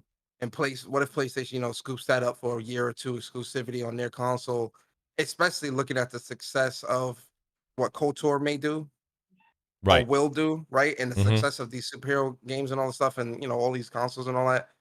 I see PlayStation positioning themselves within that pop culture realm quite strongly, where people who aren't gamers will instantly recognize something that is associated with PlayStation, or people who aren't. I've told you guys the story before, but I'm getting my grandmother. She's 70 years old, bless her heart. She won a PlayStation 5 so she could play Spider-Man Miles Morales because she's seen the commercials. I want to swing, so I'm buying her. She's getting a PS5 for Christmas. Yeah, she's getting a PS5 for Christmas. Like, I'm getting her a PS5 for Christmas. But it's things like that Yo, Cole, you gonna keep letting this man come at your age? Oh Y'all my fucked God. up. I just caught on what he said. Sometimes you gotta let the kids have some fun, man. Yeah, exactly. Right, Code? I just caught on what he said. You gotta let the 40-year-olds have fun. Oh, so it's like, No, when it comes to brand recognition, not just amongst gamers, but just amongst the everyday people, they know PlayStation, they know Nintendo. You know why they know Nintendo? Mario. That brand association. Mario. Zelda. Most of Mario. Mario's definitely the biggest, but Zelda, Pokemon. Yes. Right? Oh, that Pokemon, all that other stuff. That's associated with Nintendo. PlayStation. It's Ellie, right? It's Last of Us. It's God of War. It's Kratos. Oh, it keeps going. It keeps going. And Spider-Man. Now it's Wolverine. And it's that brand. It's that. It's fun. And it's funny because everybody on Twitter and everybody on social media, right? Persona. Everybody was like this. Like, I'm gonna say this just because for me, what stole the show was Wolverine. And anybody who's been listening to me over the years, I've always said that I've liked X-Men even more than the whole Captain America stuff and all that. Right? I mean, it's just what I've always loved. I even defended some of the worst X-Men movies just because I genuinely can watch them over and over and over again. When people are like, even like Last Stand, I mean, that was a bad one. And guess what? I've seen it, right? Now you scared me. That's a bad one. But I can handle it. I can handle it, But my point being is that like that stole it for me. I got some super chats here, guys. I want to read because before we go to another subject or even kind of everything basically is going to revolve around PlayStation Showcase. Real quick. Go ahead. Real quick, I just want to Persona's point, everything he mentioned, it's not just the names per se, it's that they're associated. Those names also equate to quality. Yes. And that's the big thing. Well, that is a big thing. Like, and that's the thing though, because when you look at Xbox, no disrespect, I'm sure a lot of people in the chat gonna get mad at this, but a lot of people associate Xbox with the Craig memes. Domino's and all these other people were making fun of that when that shit was happening. Like, you don't really see that coming from Nintendo or PlayStation. When it comes to like these memes like this, you see, smaller people in the community try to do that, but you got other billion-dollar companies that was making fun of that Craig shit. You get what I'm saying? Persona, that's happening, by the way, to what's considered a pillar or an iconic franchise. That's not good. Those optics, that's what you don't want. You don't want those optics. You don't want that negativity associated with what's historically been considered a top-tier brand. That's not good. By the way, I just got to give a quick shout out. I mean, listen, I'm playing it. You guys see, I always put different gameplay footage up every week. If you guys aren't playing Hades, like it's on Game Pass, like go play it. I got it on Game Pass. I got it on PS5. Like I love this game. I got it on PC too. He said the G word. Oh, sorry. Yo, bits melting. Listen, I got to be honest with you. It's a hell of a game, man. If you guys aren't playing this game, it's great. I'll be playing this as soon as we get off here tonight. But I got a couple super chats here. I do want to give a shout out because it's all on topic right here. Fabrice, he says, always a great show. Thanks to you all for doing this every week. And Bari Persona, what's up, PlayStation? It's great. Absolutely, Fabrice. Couldn't agree more. Yes, sir. Yes, sir. You, appreciate you. Shout out to Fabrice. He says, Viper Reap, he says, Sony played Deathloop on purpose because they knew the response and sales that Deathloop would get is a big middle finger to Microsoft. And it's funny because Viper, we got to talk about that because Persona doesn't agree with that and Bari doesn't really agree with that. We were talking about it before the show. They kind of touched on it early today. Like, Viper, if I'm reading it right too, Viper, I hope I'm reading your note right. Persona, he's thinking that they're showing this off over and over again as saying, listen, we got a game that is technically in your studio camp, right? And now we're going to get it for a year and it's going to be a big middle finger. I would almost say that I'm starting to lean a little more towards the Persona Bari side on this, where we've seen so much of it and it hasn't really moved the needle in any more in the excitement or hype category. This may end up not doing so well on PlayStation and Xbox later on down the line. Yeah, you know what it is, Mooch? The fact that these trailers is like they already sold the game to me like last year, but each trailer and each state of play, each blog article, they keep explaining the same thing over and over again about the game. It's like losing we don't some luster, the game Bari. or something. Yeah, I agree with you. How many times are we going to watch a trailer of you explaining the same thing of the game? You did that from the first same time. area too. Like it's all the same like, area. Come on, man. It's like you're trying to oversell it. You're trying to oversell it. Well, that and again, I think PlayStation knows as well that again, it's a new IP, right? And let's be honest, it doesn't have that PlayStation fragrance. It's definitely got that Xbox stench. It stinks. And I think also the time that it's releasing in. Again, when it was releasing back in April, that was a more ideal time because it would have gone up against Returnal or whatever. It definitely would have had it's time to breathe. It's time to shine as well, because there was a bit of a lull there for a bit. Yeah. But now, you've got, September, which is an extremely competitive month. It's packed. You got Death Stranded Director's Cut, Lost in Random, Tales of Arise, great game, by the way. Deathloop, Kena Bridge of Spirits, Lost Judgment. It's a ton of other games coming out this month that are competing. I know, right, Code? Everybody's wallet just like that's started what I'm saying. crying. It's a lot of games. Yeah. So if Life is Strange, True Colors, right? Just the Fist, Justice Week, Fist, Life is Strange, and Tales of Arise, all great games, by the way, are released this week. And then next week is Deathloop. You think people are going to take that chance? Absolutely fucking not. No. So, I think it's one of those things where, sorry, but, you're really now you're really going to have to compete. And I'm going to be honest, looking at all the games releasing this month, Deathloop is much lower on that scale for me personally. I can understand it. Let me ask a question that and this is my fault. My ears to the ground enough. I should have the answer to this, but I have the great BitCloud Gaming here. Bit is literally an encyclopedia for gaming. But I'm pretty sure you know this. What is it? If I currently own the physical and I believe we got the digital version, but I have the physical version of Death Stranding. If I want to upgrade to the director's cut with Death Stranding, is this going to be another like Ghost of Tsushima where it's going to be a $30 upgrade for me? Should be, yeah. Do we have pricing? Is my question. No, it's a $10 upgrade. $10. Is it 10? Oh, yeah, 10. Okay. 10. It's only 10. Well, okay, so it's not. It's not. I think you automatically get bumped up to the digital deluxe edition if you own the game already. Yeah, if you already own the game, it's a 10 or 20 because it gets bumped up. But if you don't own it, then so I'm guessing they're gonna have an update for the game too. The it already hit. Oh, it hit. Okay. Don't quote me because I did get a big update for it this week. It might have been for that. It might be for something else. How big was the update? I want to say probably like 9 gigs or so. Oh, no, that's not too bad. Yeah. Well, now again, don't quote me though. I don't know if that's for the director's cut. Yeah, that might be something else. That's why I'm asking. Like, so your guys are saying it'll be an extra $10 out of pocket to get the director's cut if you already own whether you own the physical disc or the digital version. That's irrelevant. But okay, so that's not so bad at all. Okay, I did not know that. That's a lot more easier pill to swallow. Senandu.com, he says, I need an open world Blade game by Sucker Punch. So he's saying, give Blade to Sucker Punch. I don't know how they're going to do that kind of, handing out Blade. I feel like Blade wouldn't fit as an open, but I don't think Blade would really fit as an open world game. No, I don't think it would either. That would actually fit more better as like maybe a semi-open, like linear action adventure. Yeah. Shout out to Wraith the Emperor. He says, Mooch, I did pre-order, or he does have Deathloop. I'll say this much: the reason I asked the Death Stranding question, let me just give precedence to why I asked that question. I asked that because even though I do agree, I genuinely do agree with Jay and Persona, and I don't like it how they showed it, and I really didn't move the hype needle. But I did say this to Persona when I was on, and Jay when I was on What's Up PlayStation a few weeks back. I'll say it again here. Even though the hype meter hasn't really excelled in the right direction for me on Deathloop, I still kind of like it. And with Death Stranding only going to cost me $10 out of pocket, and then possibly getting Kena Bridge of Spirits? Am I saying it right? Because one time I said Kena, and they were like, it's not Kena. It's Kena. Okay, I want to say it right. Yeah. So Kena Bridge of Spirits. Like, I am buying that game. I might still dabble with Deathloop. I don't know. I could see it. Out.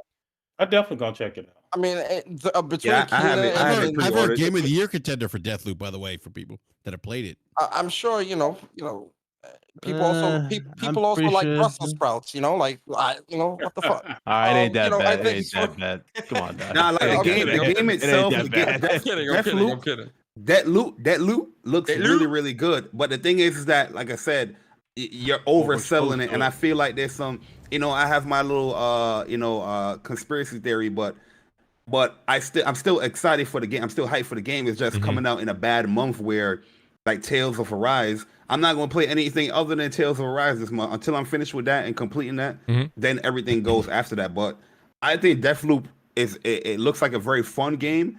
But at the end of the day, it's just like, yo, come on, bro. You show this game every event. Jay, would anybody put what they're seeing from Deathloop into like a roguelite type of game where it's because of the loop, or no, it's not going to fit into that genre at all? Yeah, I think you start over again, right? That's what I'm trying to say. Yes, so it is. That they didn't like Returnal about, but go ahead. Yeah, it's unclear. I think it fits in. You have to start over from zero. It's unknown for me at this point. That's how I feel. I don't know. When they say start from zero again, it's like, what do you keep certain powers or certain elements, certain weapons? Yeah, from the previews, it sounds like it's a roguelite, but the devs are not calling it a roguelite. They're not. Because, exactly. Yeah, you do start over when you die, but you do have unlocks where you keep. You know what I mean? So just like any roguelite, you have unlocks that you do keep as well. So I don't understand why it's not a roguelite, but and I don't think because I didn't see them mention this. I don't think it's going to be like Hades or Returnal where like the map changes. I think it's still not too sure. Yeah, and it has stealth elements as well. Like so that's why I think they're not putting it as roguelike as well. Oh yeah, if the map is static, it can't be a roguelike. Yeah, I don't think the map changes with this game. I'm okay. I'll be honest with you. The map doesn't change, but I believe the enemies locations might change. Yes, might change like how they act and whatnot, and what weapons they use and things like that. I think that's what changes, not the map, but the enemies. Yeah, I agree with that guy. He's on Mike. He said it's more like Hitman. Yeah, I get a Hitman vibe from it as well. Like you can plan out how you want to do your mission to, eliminate or assassinate these visionaries. But you still have to do it all in one day, in one life. Like you can't. Yeah, you're doing it in a run, but it's more like a Hitman type of run. Yeah, I think that it still has tremendous. Grub just said it's not a roguelike at all. He's like you start over. But you're progressing so much all the time. Okay, good. And you know what? I got to be honest with you. Just because thank you, Jeff. After Platinum and Returnal, and I'm definitely not going to be able to platinum. I'm not going to platinum Hades, but Platinum Returnal, Mooch? Oh yeah. Nice, dude. 120 hours. And to put some respect on your name, Mooch. Well, that's why. Listen, Persona said that. Yeah, Persona said that. Seriously. He said, "All right, look it. That's fine." He sent me a badge. Yes. You should be out there like Hulk Hogan, tearing your shirt off. Listen, I got to be honest with you. That roguelite, whatever you want to call it, Returnal was one of that's still my game of the year right now. That is my going into this part of the year we are going into. Too. It is my game of the year. I can't believe a game like that hit me so hard in the feels, man. I honestly love that game. I couldn't put it down. And that's the same way I feel with Hades, although I don't feel that I got a platinum Hades. I just want to beat it and just keep playing it. If it ends up being a plat, and it's a plat, that's fine. But when it came to Returnal, I felt like the plat was kind of like, we were talking about this again on What's Up PlayStation. It was a stepping stone I had to achieve. Right. It definitely like Returnal plat is definitely like bragging rights. It's I got that Returnal plat. You was complaining about the game. Your thumbs don't work. You've got to make fun of people. Like, especially if you got it in the beginning when my Pegasus brother, I seen my Pegasus brother Jay Barry got it. I'm like, man, I gotta get it. I gotta get it. I saw it got it about 2 weeks before they did that patch. And made it easier for the rest of you bums, but I'm glad y'all still got it. I knew it. I knew that was coming. That was definitely like a big. That was definitely a big motivation. I got it. I got the same week it came out. You did, Jay. That was definitely a big motivation for me because I didn't want to get the platinum after they made it easy because then it wouldn't really. You still got it, but it just wouldn't hit the same. I could say, I got it when it was as hard as it can be. Pause. And your boy got it. You feel me? You know the fucked up part is I didn't even have that many issues with that game until the patch. That's no bit. Because when I got to the fourth biome, that shit crashed every time. Yes. It fucked me up. Even happened on stream, Persona. I was like, it was about to be done within an hour. I was about to have it done in the same time frame as you guys. You remember I had all the sun fragments and my save corrupted. You had to go all the way over and it sent me back to and the only save that I had was the save where I had one sun fragment. So I had to go back into the game. The survey for the first biome for the first level, like where it's like the little cross looking platform, you got to grab the audio log 1 or 5 or something like that. Yes, that shit never spawned. It was so fucking like random. So I had to fucking start all over just to get that one fucking survey done. So I had to play through the game an additional time anyway just to get that shit. To beat that survey. When I was searching for the glyphs, listen, man, I might have beaten this game. I'm not even kidding. Like 40 or 50 times, man. So trying to find all those. So Persona, I got the shit. Persona, the shit's easy. I got the hardest part is the fourth biome. It's just with the little. It wasn't even shadow, little. I didn't even think that was it. It was what Persona just said. The what was it called? The glyphs or whatever they're called. I could not. I beat that game like 25, 30 times easily. Could not find that last one. Remember, Jay? Bari knows. I wrote him. I'm like, Jay, what the fuck? Man, I can't find this. The Electro. Listen, if you run it with that Electro Fire Lawn driver, You're and pretty the much fucking a god in this guy. yeah, adrenaline leaks Yeah, with yeah, that. let's- You're pretty much Best weapon. undefeatable when you have that. Yes, that's the best weapon I to was have. watching fools with that electro phylon, bro. That and the Yeah, lobber, yeah, bro. electro The pylon, lobber yeah. definitely saves your ass too if you charge The that lobber ass. is the way to go. Shout out to Jay Barr for pointing out the right weapons to play right in the first week. He set me straight on like day 6, so I appreciate that, Jay. Shout out to Strong Jawline Herman. He's back in the super chat. He says, hopefully they have the PlayStation experience and show the Order 2 Insomniac Iron Man game and PlayStation All-Stars kart racing, A Man Can Dream. So he's saying for the next PlayStation experience, apparently. Strong Jawline Herman, appreciate that. CB3 says, in a blog post, Insomniac confirmed that Marvel and them are building a Marvel game universe. They also said that Marvel Avengers is not connected. I did not see that. I didn't either. I would Where think. did he see that at? Yeah, CB3, if you could just post the link or something in the chat, because the only reason I say that is I would think that people would definitely have run with that if there was some kind of validity to it. Brosy Brosum, he says Xbox fans want to say Marvel is whack anyway now. So that's the back and forth that you're going with there. But the majority of people definitely respect all of these titles. Shout out to Delvin Douglas for subscribing. That means a lot. Thank you, guys. Please do hit that subscribe button. Hit that like button here while we are in the middle of the show. TrueWiddy, he says, Sony robbed Insomniac, best purchase this decade. Now, that's something that's been going on a lot in all the Twitter spaces I've been seeing. Everybody across the board, I don't care if you're Xbox or your PlayStation on either side of this, everyone agrees that whatever that was, 250, 260, 270, whatever that was an app. What was it, Persona? 225. 225, and then you're talking about these unbelievably stellar games coming out, hit after hit after hit, if you will, and you know, Microsoft. I did have this as a topic, one of my topics right now, and I guess we can kind of change over to that. Thanks to TrueWiddy for that. Has PlayStation shown enough now to start to compete with Xbox's latest acquisitions? Do you guys think that they're in a... Because let me tell you something. You guys can give... We've already gone over the pedigree of the studios that PlayStation has. I think that goes without saying, all the awards and the Game of the Years. But does PlayStation have to go out there? Now we have to ask the question again.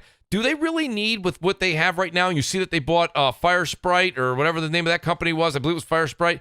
They keep adding companies that they need and fill a necessary void, where Microsoft is doing that, but in the sheer case of volume, they're not necessarily always doing it in what we would say, you know, I don't know. You guys tell me how you guys think about Bethesda versus what you're seeing Sony buy. Let me get clarification on the question, though, because the Sony need to show what, like, in terms of, like... I mean, I reject this whole premise. So, yeah, I need some clarification. What you talking about, Mooch? Well, I'm saying Xbox is making some big purchases. That's not, you know, I mean, it's not like none of the guys on the panel don't know this. You're talking about Obsidian. You're talking about Ninja Theory. You're talking about Bethesda. Purchases have been great, too. You know what I mean? Yeah, but the question is, does PlayStation need to show... Has PlayStation shown enough? Like, that's what I'm saying. Have they shown enough in what they currently have in their repertoire, in their portfolio, and in their recent purchases? Like, people are talking about they should pick up a Bluepoint. They had enough prior to this, though. Like, well, that's what I'm saying. They had enough. Exactly, Mooch. I traditionally thought of you as an intelligent man. Oh, no. Now I'm starting to understand. Like, what do you mean? Like, oh, Lord. Hey, listen. That's why exit stage left. Hey, guys, listen. I was due for one of those from Code. That's fine. I got one of those like 6 months ago. Partner was about to go. So no, I'm just listen. The question is, Mooch. Yes. Even with all that Microsoft has done, have they done enough to even almost reach somewhere near the vicinity of what Sony is doing? It's not the other way around. Microsoft still has to match Sony. So until they deliver banger after banger, until these acquisitions pay off. Yes. Again, like I've seen Scalebound was on the list, just like this one that's been floating around. These names on a piece of paper don't mean nothing, just like specs on a piece of paper don't mean nothing. I need to see results. There have zero results. So there is no need in asking a bunch of hypothetical worry questions. Damn, Cole going for the jugular? Results, at that time, we can compare the output of one to another. But as it stands right now, it's fucking 7-0. Let me ask you this question. Still needs to do more. Let me ask you this question. Hold on. Let me ask this question to the panel. And I want you guys to be brutally honest. All right, so Xbox has had 2 or maybe 3 shows throughout the course of this summer. PlayStation just did this showcase. They did a gameplay reveal for Horizon like midsummer or maybe a little bit earlier. I got my times mixed. But my question to you guys is, from the 2 or 3 shows that we've seen from Xbox and the things that they have shown, and then with the Horizon gameplay, have we seen anything from Xbox that is at that level from these 2 or 3 shows? Be honest. I want you guys to be honest with me. No. Yeah, $1,000,000 honest. Persona, I'm gonna say no, and I'm gonna say what? Sony right now is doing a better job of making games.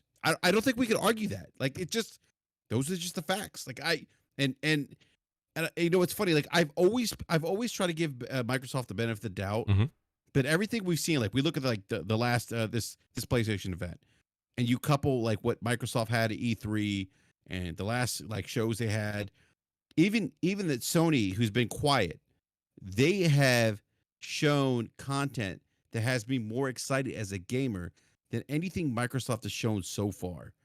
And I think, and again, so wait a minute. So let's making games right now. Let's look at both sides because I like where Code went with that. I like where BRAP's going with this. Currently, Xbox still has to prove themselves, right?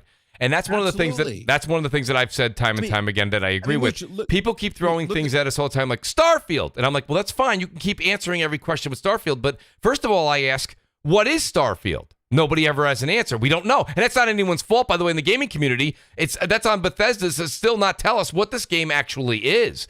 In depth. Like, what is this game? It's coming out in a year. Everyone says Microsoft's been very transparent. I say the latter. I said, I don't think so. And the reason I say that is because they have not shown. Here we are. We're, 3 months away from Halo Infinite. We haven't seen the campaign yet. And I know let's take it a step further. When did they announce the acquisition of all those first acquisition of all those studios was back in 2017. We're still not seeing the fruits of that acquisition yet. No. Initiative was announced as a new quadruple A studio in 2017, and we just got the announcement of their Perfect Dark game. What was it, this year? Last year? Maybe? It was at the Game Awards, was it not? Yeah, or somewhere like that, and we still don't know nothing about it. No. Halo was being worked on for 6 years. And look at the state of Halo, the most highly once before highly respected franchise. Yeah, we got Playground Games is the only studio at Microsoft right now. Yeah, that is producing something that can be considered of quality. Persona, Hellblade 2 was shown in 2019. We're almost at the end of 2021. We ain't seen another game yet. It's still nothing. What I mean? So. All we know is the chants. How much more chant do we fucking gotta do? How much more chant we gotta do? And then you keep and this is the disrespectful part, Mooch. God, the chant. Yes. That was great chanting, by the way. The most disrespectful part about Ninja Theory is on 2 separate occasions, they have gotten in front of a camera at a show and showed their fans nothing, but said, don't worry, guys, we're working real hard. We just built our new studio, blah, blah, fucking blah, but ain't showing nothing. Bro, they came at E3 and they showcased the game for a sequel and teased you with a trailer telling you that nothing that is in this trailer is going to be in the game with the Outer Worlds 2. I thought that was disrespectful. I was like, what the hell? How you have the sequel to the game and you shown a trailer of this game? Oh, you see this monster? It's not in the game. Oh, we don't have a story yet. We don't have a concept yet. But we're showing you this trailer. And people's getting excited. Yeah, I get the excitement because you like Outer Worlds 2. But the fact that you showed a trailer like that to me is disrespectful. You know what I mean? Wait, you're talking about... So wait. You know what I'm going to say? You know what I'm about to say about the waste of my time? Outer Wilds 2 or 1? No, Outer Wilds. I mean Outer Worlds, not Outer Wilds. Outer Worlds. Oh, Outer Worlds, yeah. We're Outer Worlds. Oh yeah, Everwild. We don't know what that game is.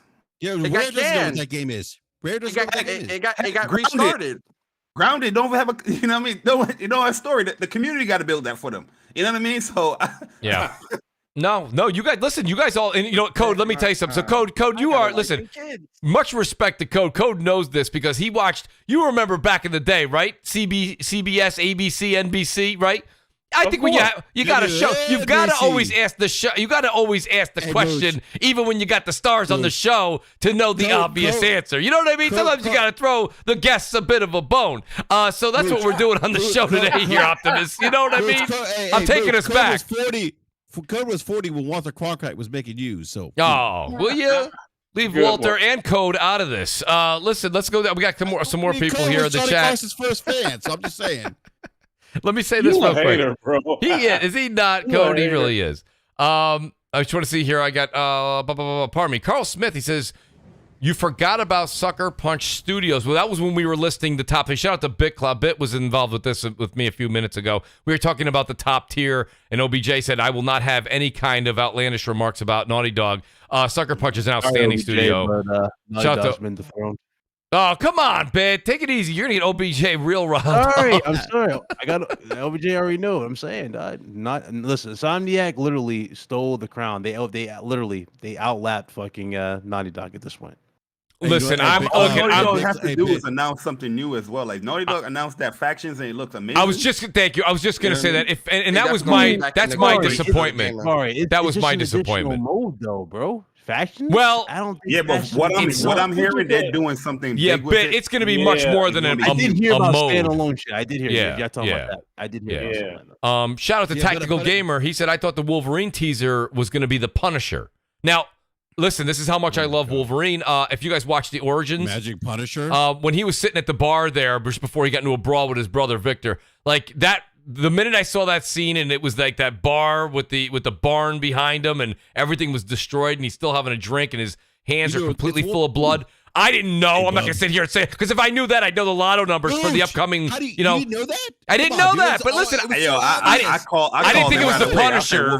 But I was like, it's a good chance it's Wolverine. Well, listen, you can't say that on the internet. Nothing in absolutes, BRAP. That's just the way the internet works. Okay. Wait, I knew it was Wolverine. Mooch, I see you playing Rogue Company. I didn't even know you played this. So okay, shout out. Yeah, man. Absolutely. I told Slow Mo. I play with Slow Mo. We gotta get you on there. You know, he's playing on PC. I usually play on Xbox, but I'll play on PC. Whatever.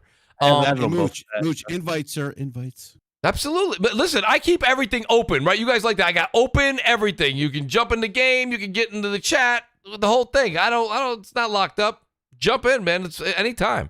Shout out to Face23 who sent 2 great super chats. Thank you, Face. He says at Mooch, he says, I've seen a lot of Xbox fans upset with Xbox for not getting at least one Marvel superhero game. Thoughts on that? I think the panel kind of got in on that. Jay Barry went in on this. You want me to read the quote again? Yeah, Jay, go ahead, Jay. We are not in the business of just trying to create the green version of somebody's blue or red color platform. That's not an example of creativity I want to see in the games industry. Guys, Phil has told you. He has told whatever you saw at PlayStation's event, you're not getting it on Xbox. He don't want to do that. He want to do this game as a service that all of a sudden you guys hate when it comes to Avengers and everything, but you love it when it comes to Xbox. You're full of shit. Speak from the heart. Speak from the heart. Amen. Amen, Jay. Shout out to Jay Barry with those great quotes. He keeps them handy. They full of shit though, Mooch. They be like, yo, I don't want games as a service. But what's that Blood game that's coming out for Xbox next year? Blood. Oh, you talking about Red? You talking about that's Redfall. Redfall. Oh my god, I can't wait for that. Oh my, Xbox is the king of multiplayer. You know what I mean? Like, I thought you don't want games as a service. Everybody hate games as a service, but they love that shit though. Yeah. Hypocritical. No, it really is. You can't have both. That's just the way it is. Mr. World Peace is here. He says the Disney Showcase was a 3 out of 10 for me. LOL. He says Hellblade 2 looked better than anything shown yesterday. Mr. World Peace, I hope you're enjoying a very, very strong adult beverage while you wrote that. You can tell his gamer score is very low. Continue. Continue, please. Shout out to Mr. World Peace. I'm sorry, Mooch. Yo, Mooch, normally on my channel, my bad, yo. Normally on my channel, regardless of the super chat or not, if you say something dumb, you get roasted. My bad, but it's not my channel. It's not my show. That's a fact, though, Barry. Oh, man. Shout out to Mr. World Peace. He's doing his damnedest. I got shout out to Worrywork Gaming who's here. He says, Dreamcast guy, Games Pass, BRAP, Kotar.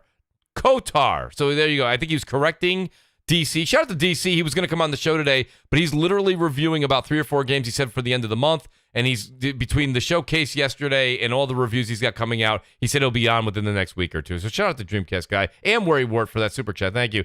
The great Jimmy Harrison is here. Jimmy Harrison, a big Mooch Maniac family member as well. He says, Optimus, I think I'm a Pegasus fan now. I have a Series X, but that's just a PC multilateral console for me. My PS5 is getting and going to get much love. Love you guys, man. Shout out to Jimmy Harrison. Thank you so much for that super chat, man. Thank you. Great super chat. Hey, Jimmy, you just being sensible. At the end of the day, when you open your eyes, everybody's in the Pegasus Nation, man. This is true. There's more and more people every morning. That's real talk. That's one thing I love about Optimus. Me and Cole, we used to go at it. Me and Cole used to go at it, man. But later, he just saw the light. Each week passed by. He was like, yo, yeah, the stuff that y'all was saying, yeah, I'm seeing this stuff. You know what? Yeah, man.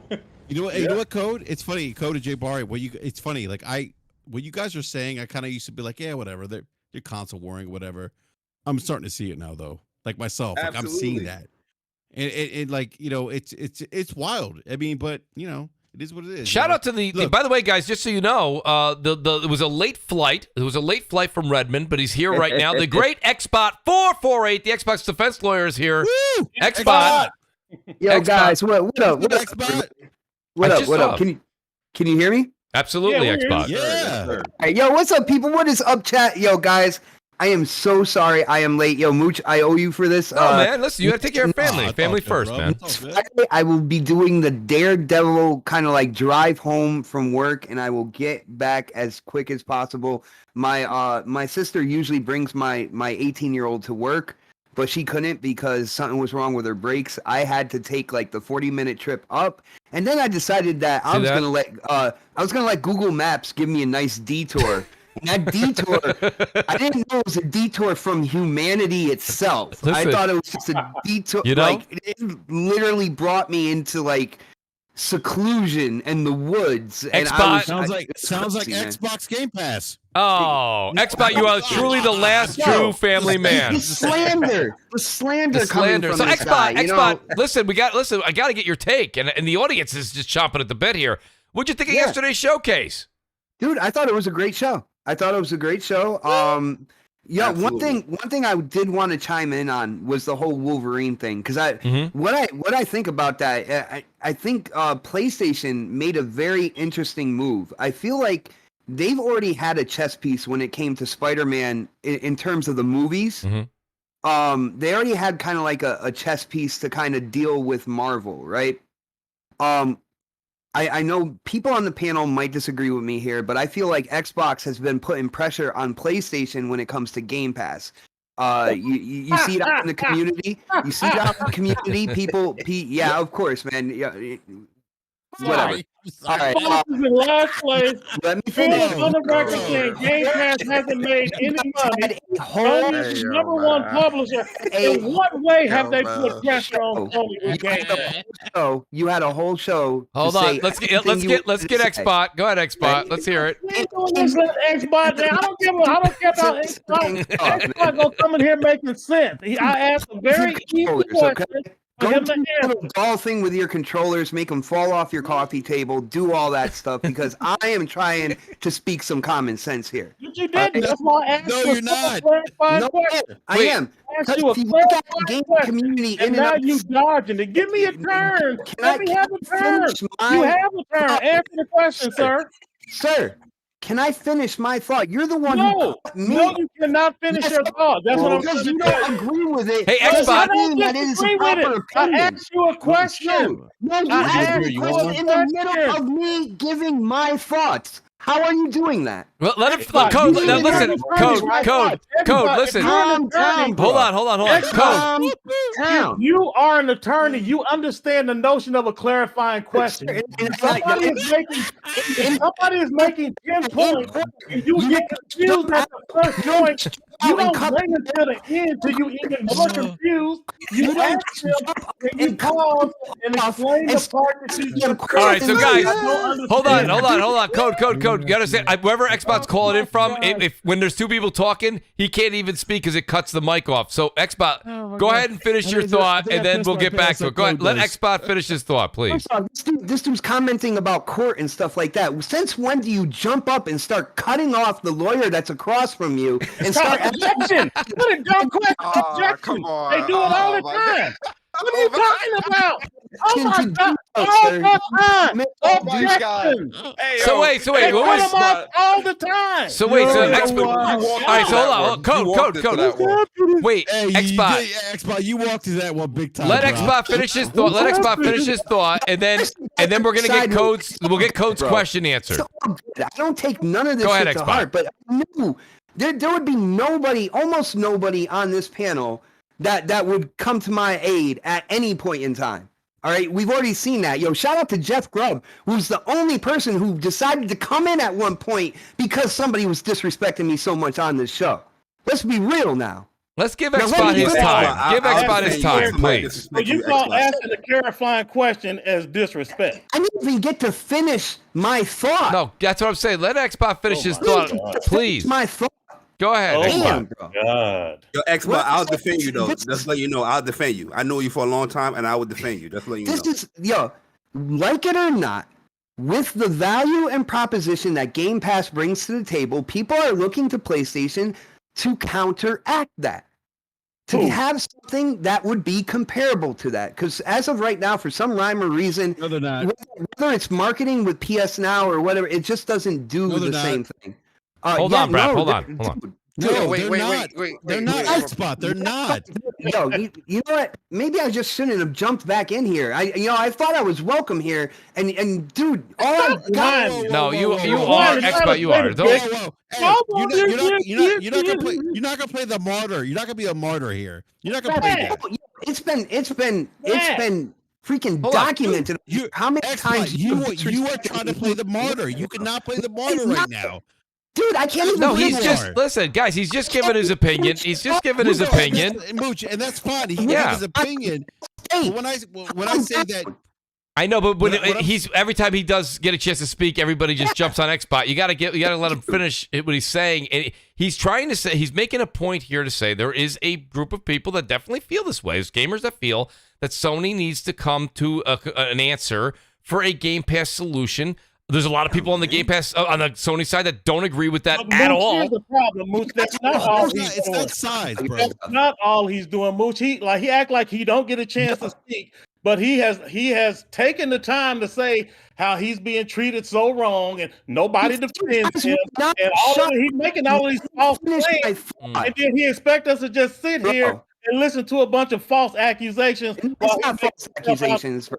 It's not false accusations, man. Maybe in the corner of the community that you live in, it might be a false accusation. But in the entire gaming community, what am I even talking about? Different segments of different people. So wait, let's do this instead of going back and forth. So code. What I'm saying here, with Xbox putting pressure on PlayStation to come up with something comparable when it comes to Game Pass.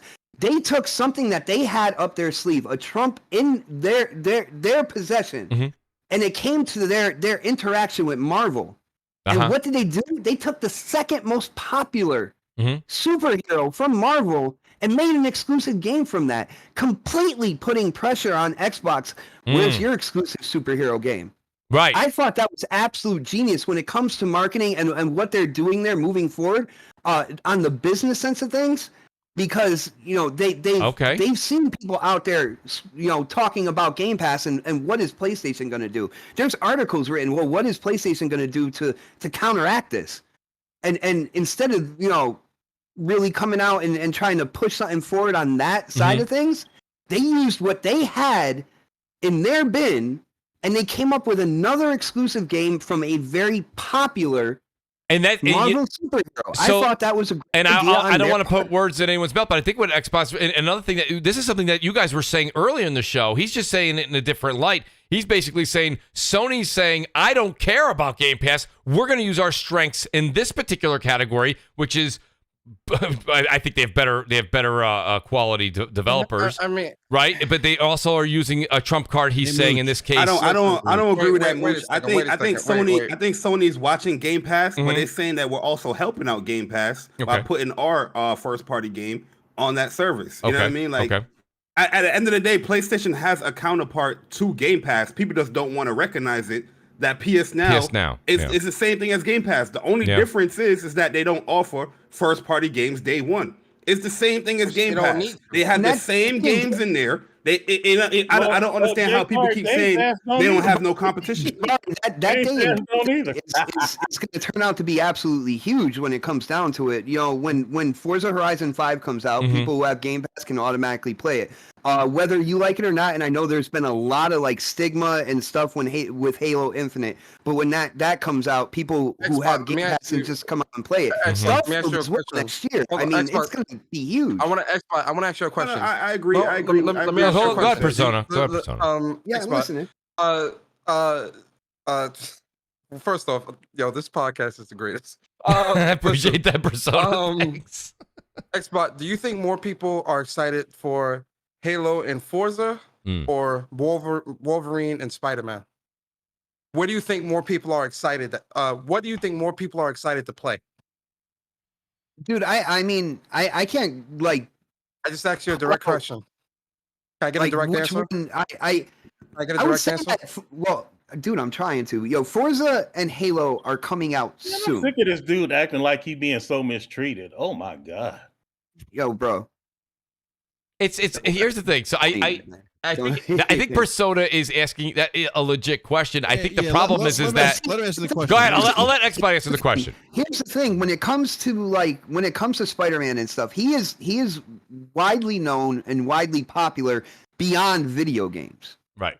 All right. When it comes down to it, he grew up in comic books, went to the silver screen, blew up there, and now when it comes to it, Sony has the exclusive rights to his video game. So it's a wider demographic right off the bat because Spider-Man spreads across many generations and so much in different genres. But Xbox, let me play devil's advocate. You yourself just said these games are in Game Pass, so it's more accessible because it's at a cheaper rate. So wouldn't that be something that would factor into? Hype, though. You weren't asking about if more people are going to play. But if I'm Game Pass, guaranteeing that Forza, if more people are going to play Forza and Halo. If you're factoring in Game Pass as being such this easy, the service for so many people to easily get access to these different games, wouldn't more people gravitate to that than they would having to pay $70 for a Spider-Man or Wolverine? Again, like Halo and Forza are coming out earlier. We know that more people actually own PS5s than they do the new Xboxes right now. So I don't understand. Like your Game Pass is also on PC. Game Pass is on PC. So why are we even talking about Game Pass? You know what I mean? Like at the end of the day, we should just be talking about the merits of the game. Game Pass is the game good enough that you will buy it or whatever? You know what I mean? Like people jumped at me. That's what I'm still talking about. I was just entertaining the conversation, but to kind of bring it back. I mean, Game Pass doesn't really. I mean, PlayStation. I'm gonna be honest with you.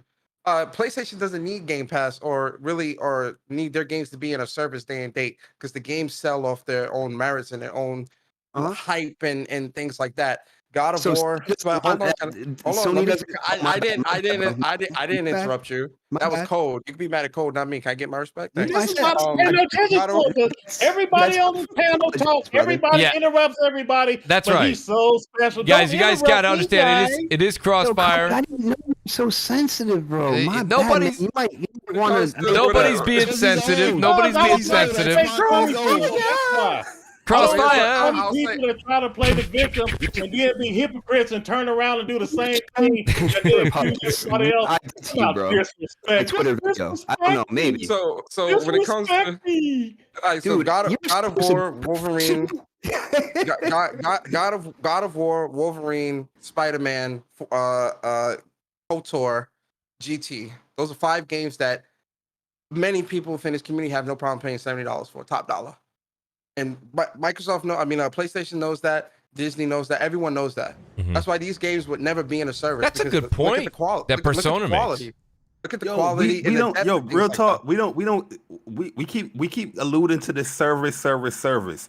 At the end of the day, we got to talk about the games as itself and its merits. The service comes after. You know what I mean? Like, do you think that the Marvel impact on PlayStation is strong? Who cares if it's in a service or not? Or you know what I mean? Like, I don't understand why we at a service point right now. What are we doing? And again, the reason why this came up is I was stated that Xbox was kind of putting pressure on PlayStation with that service. And PlayStation they're really not left field with something completely different, something nobody expected. I don't think anybody. They're not though. They're not. I don't think anybody on this panel said anything like that. Bari did on horn here, but yeah, for real. Yes, sir. Yes, sir. Oh, nice, brother. I would pat you on the back, but we live kind of far away. You know what I'm saying? No doubt. You know, I'll take a long distance, Pat. So real quick, let's go. Let me get some super chats here. Let everybody just take a deep breath there. Carlos Crespin says, I just broke my TV after throwing my wallet at it. PlayStation has too many bangers. Shout out to Carlos Crespin. It's good to see him back here. Magnum Visual says, I hope we don't start getting bombarded with God of War Ragnarok gameplay like we have with Deathloop. I just want to feel that I haven't played it. With that. No, bombard me with that. So Persona's got no problem with that. Yeah, I got no problems with that. Yes, I'm biased. What you gonna do about it? Okay. Nothing you can do about that. Gemini J says, rumor is John Wick will be made by Sucker Punch. Now listen, Gemini. That was a joke somebody put out. I was gonna say I don't think we can run with that one. Yeah.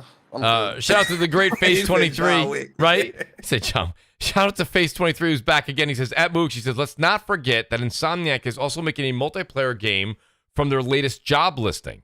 So that was something that I kind of want to bring up too, as a side notion here. The show was great. People liked it, right? Outstanding. Some people gave it a lower rating than probably it should have got. But we didn't see anything from Ben's new IP. We didn't see Fire Sprite. We didn't see Naughty Dog.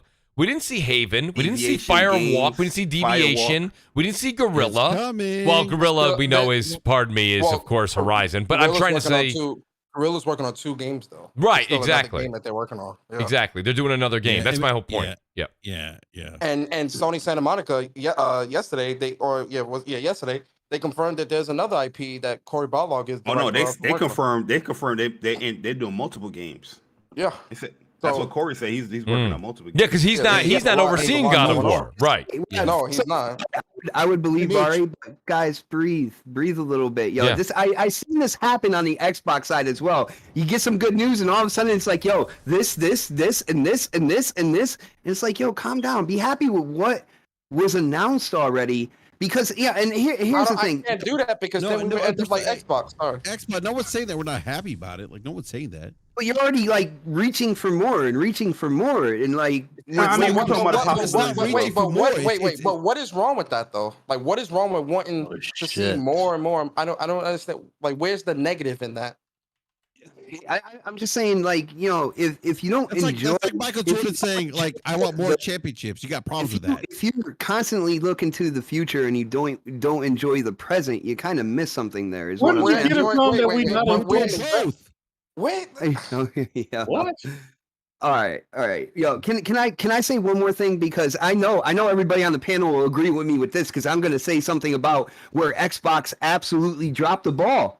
From what I saw from the Xbox, PlayStation. I think you have the wrong idea. The idea is not we want to hear negative news about Xbox and any positive news about Xbox, we have a problem. That's not the truth. It's when you hear something that sounds confusing, you want clarification. It's not good, bad. Xbox. I see the majority of your tweets on Twitter, man. I thought about unfollowing. You think you can know me just for my tweets? I'm not a quitter. You know me from my tweets, really? Oh my goodness, bro! Like you talk about stirring the pot, man. You're there with a whisk and electric engine, dude. Oh, you scared of me. That's what it is. You scared of me. Nobody, bro.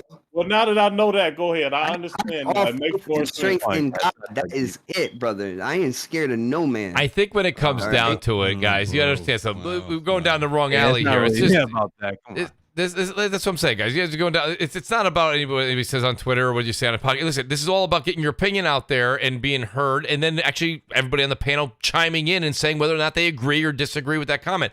That's what's great about the show. Xbox is going to buy a PS5. He's going to buy the PS5 next year, guaranteed. They're gonna agree on part of this, and then they're gonna disagree on the second part. Real quick, I want to talk about Knights of the Old Republic real quick, and how Xbox absolutely dropped the ball to their gaming community, because their gaming community, so many people wanted a Knights of the Old Republic, whether it's a remake or something. They wanted something on the Xbox platform that was Knights of the Old Republic. And you know, when it came down to it, you got PlayStation with the launch exclusive of the remake of that. Now, the only thing that I can think of why Xbox wouldn't do that financially is because of all the money they invested on first-party RPGs. But even with that, RPG studios. But even with that being said, they could have bought the rights to make the game first under a first-party studio or something like that. I think they absolutely dropped the ball there when it came to the Xbox community and what they were asking for from the platform and from the division of that corporation. Yeah, I think that's what we said earlier in the show, Xbox. We were definitely talking to the matter of that KOTOR was something that was a beloved Xbox. Like, Xbox fans have been asking for that forever. KOTOR. My apologies. KOTOR. My apologies. Can I just say something real quick, man? Like, so the thing with Sony's is like they obviously they're aware, like they are very aware of Game Pass.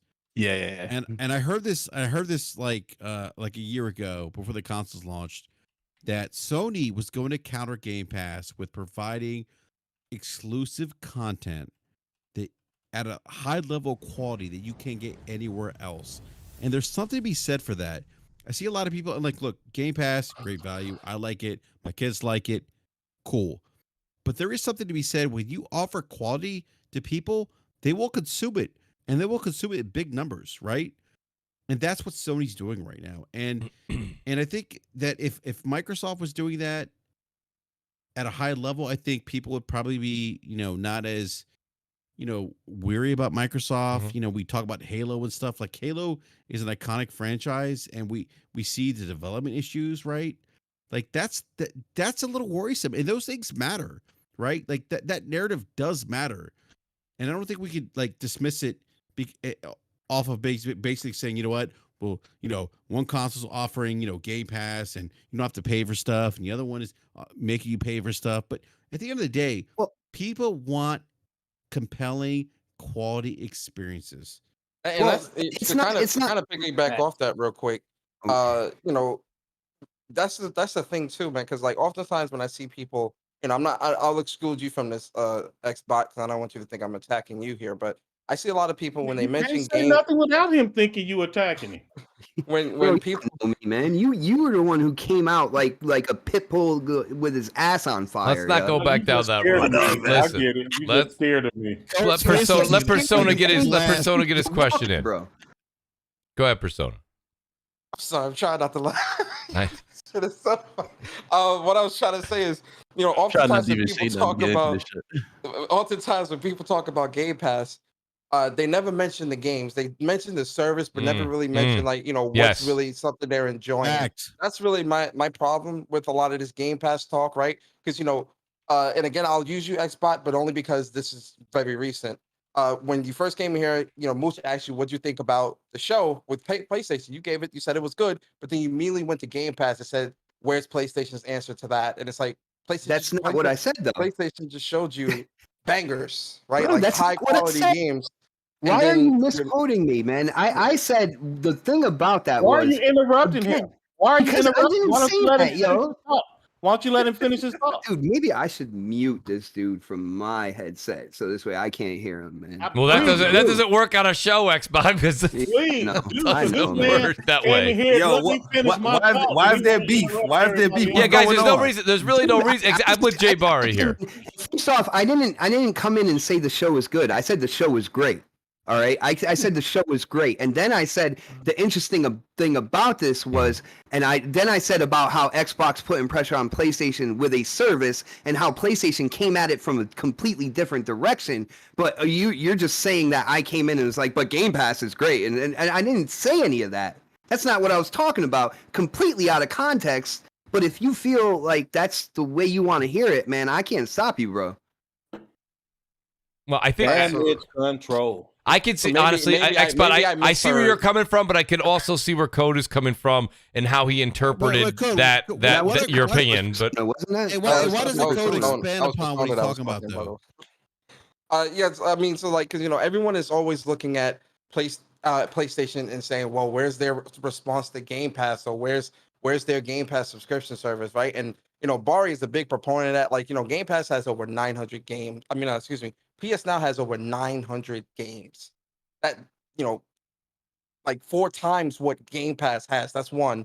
People aren't satisfied with that. People like say they love old games and all this other shit. PlayStation's got a ton of them. They're not trying to play that shit. They're putting new games in there every month. People don't care, right?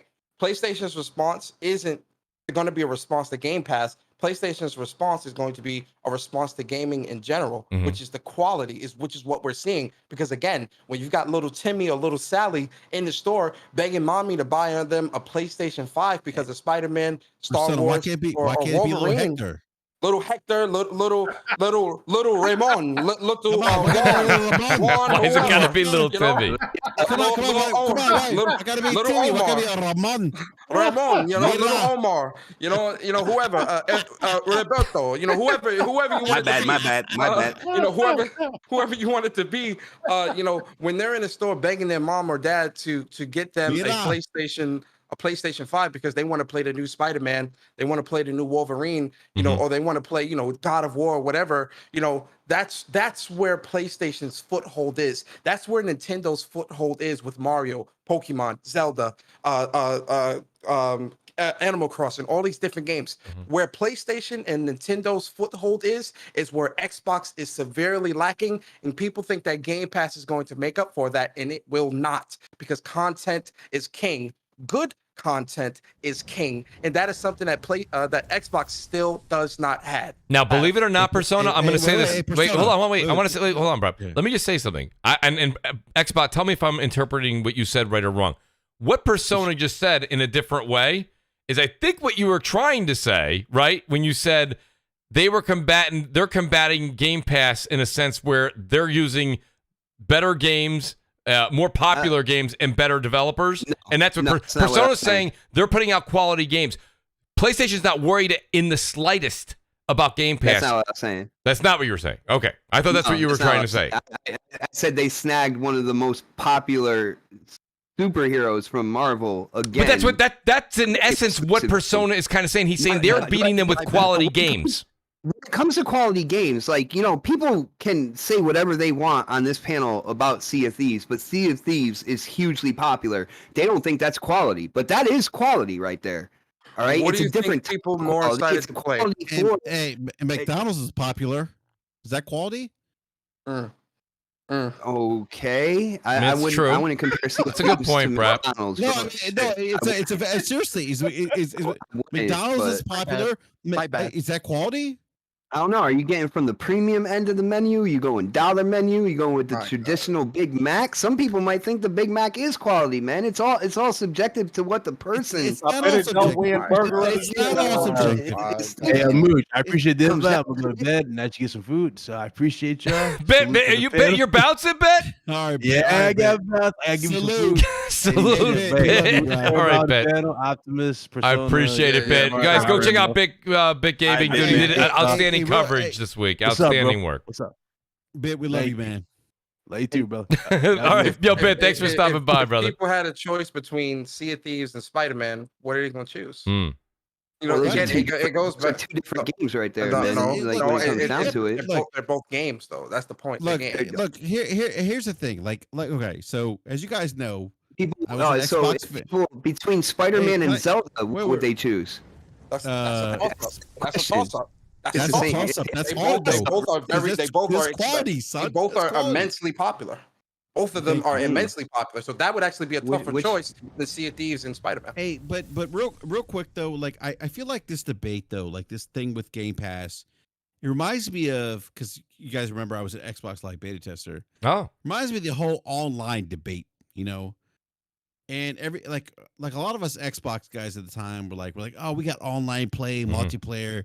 We can talk to our friends. Sony doesn't have that. But the other day though, as advanced as Microsoft was with that, Sony was okay. Why? Because they had content. So it does. And this argument really reminds me of that. It's really clear to me too, and I think perhaps that's what you're saying. It's really clear to me at this point in time, Sony is definitely not fearful of Game Pass. No, they're not, and no, they're not, because just like Xbox Live and how a great Xbox Live was in terms of introducing matchmaking, friends list, voice chat, Sony had none of that. But what happened? right? They eventually got it. Mhm. They weren't charging, and then they were charging, but they had content.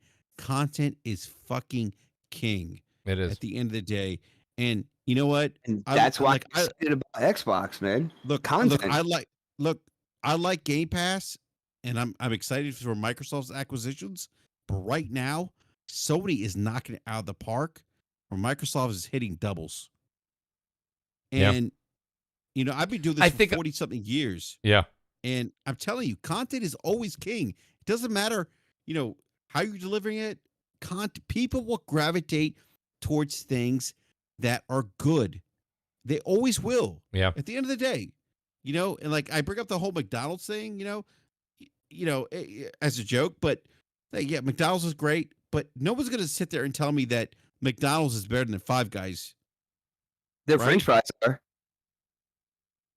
No, they're not. That's real. Oh my goodness, bro! Come on. Well, you know, shout out to Jeff Grubb. Jeff says Jeff made a point here, and it's funny because Jeff, you know, I definitely see where you're coming from, but Sony's always done this. But Jeff says I think there is no arguing that Sony's feeling pressure because why else would it spend money to keep games off of Xbox? But Xbox is doing the same thing to Sony. Wait. Yeah, I want to respond to that. So, Jeff, here's the thing: Sony is doing what it has always done. So here's the and not Sony's always speaking done to it. you specifically, Jeff, but like just journalists in general. So I saw David Jaffe and I saw another article saying the problem with Sony is they're too stagnant. They're not changing. They're refusing to adapt. They keep doing what they have always done. And then we have people, Jeff, with the statements like you made, well, Sony is doing this because of Game Pass, or Sony is doing this because of that. And it can't be both of those. It can't be Sony is doing what they've always done and they refuse to change into, well, now Sony is modifying their behavior because of Game Pass. I don't think that's true. I think Sony is doing, with or without Game Pass, Sony had a plan for how they were going to handle these acquisitions, exclusives. Sony knows that they are known for exclusives. And Jim Ryan came out and said, we're going to do more AAA, more exclusives. We got 25 games in development, half are new IPs, exclusives, because that is their formula and that is what has been successful to them. They have not mentioned any Game Pass competitor filler because, again, at the end of the day, Sony does not need an answer for Game Pass. Game Pass is Microsoft's attempt for an answer to Sony. Game Pass is Microsoft's answer. And so far, I mean, we'll see where it goes. It's got a lot of growing to do, but at the end of the day, not even the majority of people on Xbox have bought into Game Pass, let alone the entire industry. So I'm not clear where you guys say that all this pressure is coming from. Hey, real quick, Code, to your point, this is the same argument I heard from the media when Xbox Live launched 20 years ago. Same thing. Sony has to answer. They have to do this. Well, they did. That was true. Sony did have to answer, and they did answer. No, but I'm saying, but they didn't answer right away, though, right? Sure. They did. Sure. They didn't. And I mean, so but they did need an online infrastructure. No, I mean, they did. Like they had the little PSN stuff, but they had SOCOM.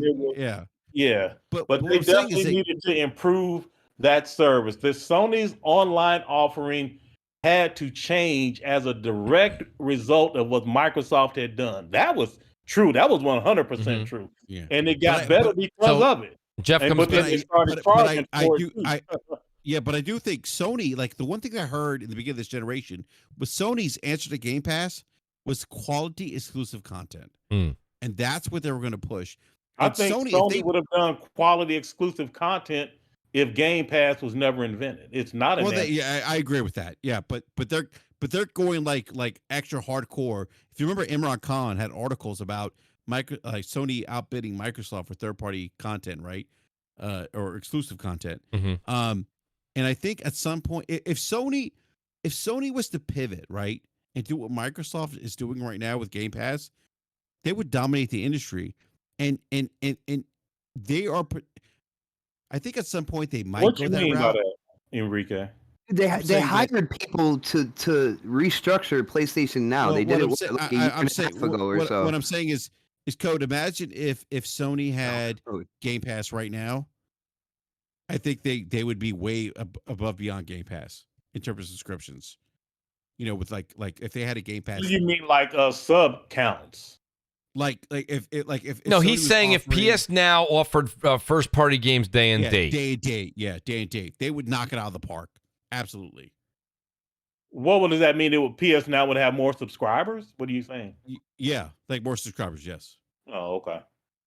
Yeah. Oh yeah, I mean that's definitely hypothetically that could be true. Jeff did come back to answer what Code was saying. He said they are taking their own path. I think he means Xbox here because I don't think they have to do the blue version. Oh, I'm sorry, he's talking about Sony. They are taking their own path because they don't have to take the blue version of the green Game Pass. But Sony is responding by doing more of its key thing. That's it, Jeff. I think Sony is doing what they've always done. That, Jeff. I can live with that. That is a fair and reasonable response, Jeff, and that makes sense. I'm gonna have to ponder it because it's tough to change my mind, but I will consider it, Jeff. That does make sense. Mm-hmm. No, it does. No, it holds water because you're old. It holds water. That holds water. Mr. World Peace is back in the super chat. He says Sony fanboys worried about what the Xbox is doing instead of worrying about what Sony is doing. Bashing Xbox Studios is disrespectful. Can I answer that? Go ahead. I don't think he's right. But go ahead, Persona. Listen, man. Something that a lot of you people in this community have to understand: being constructive criticism isn't bashing. Constructive criticism isn't hating or wanting somebody to fail. No one on this panel said they want Xbox to fail.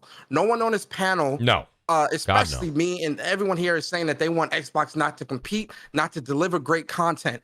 What people are saying is that in its present form right now, comparatively to both Nintendo and PlayStation, Xbox does not live up to the hype. And their studios are in disarray. Look at Halo. Yeah. That's one studio, sir. So you're saying all the studios under Xbox are in disarray because one studio is having issues. What have we seen from Hellblade? What have we seen from Playground though? They don't seem to be in disarray at all. So that would I had you. Okay. Let me rephrase.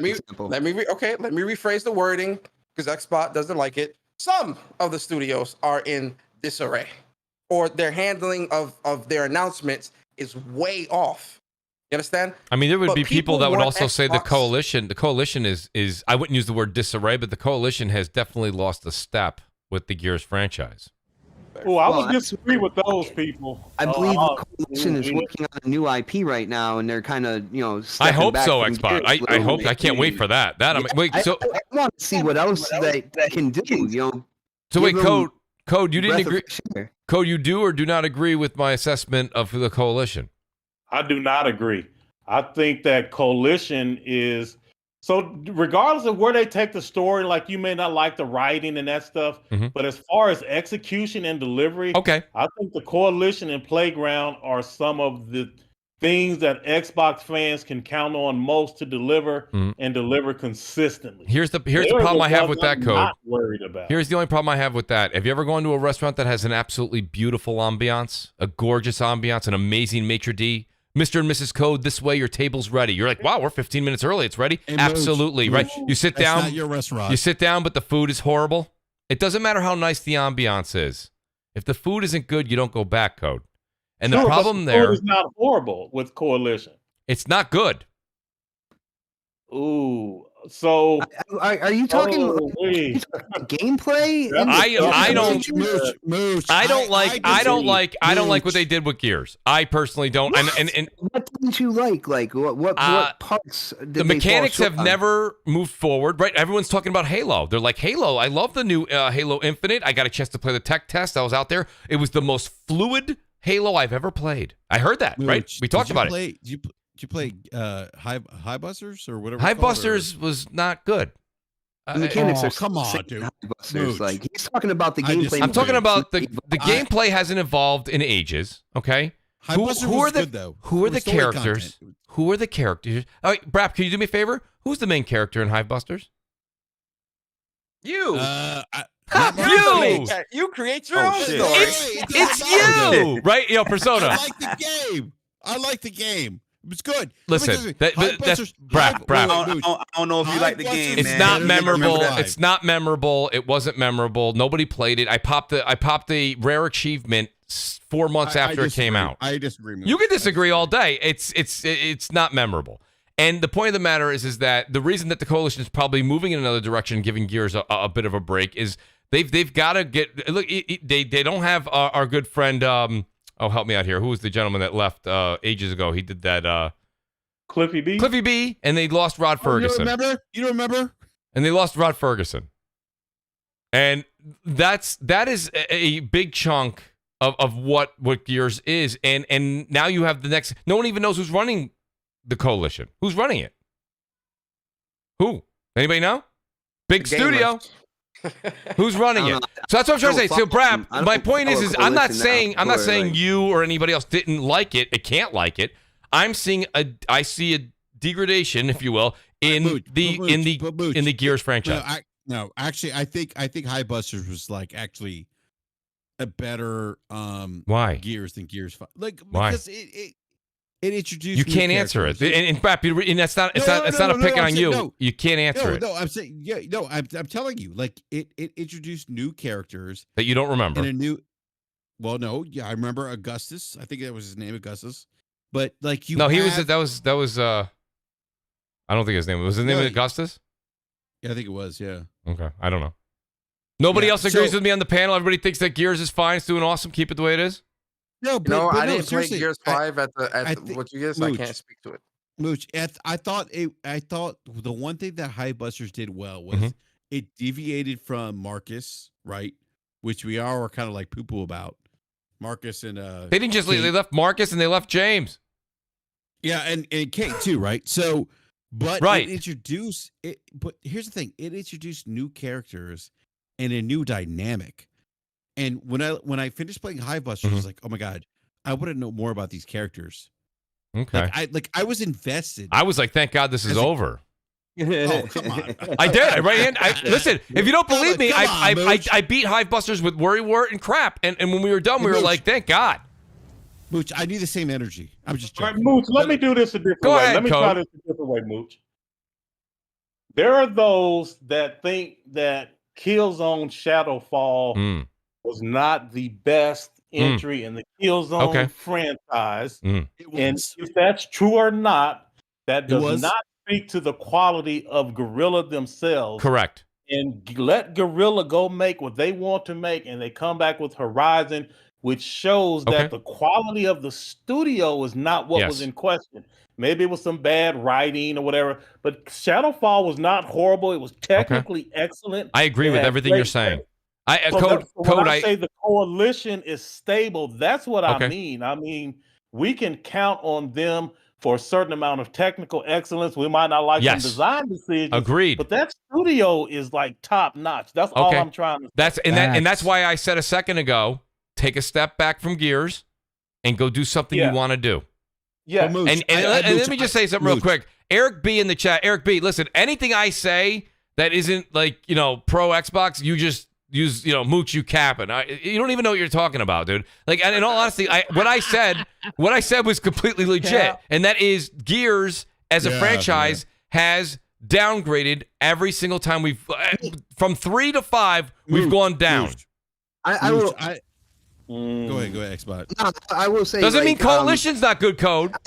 I've never been like a huge Gears guy when it came down to it. I played for the story. Me personally, I can't stand the multiplayer when it comes down to it. Yeah, no, I can see that.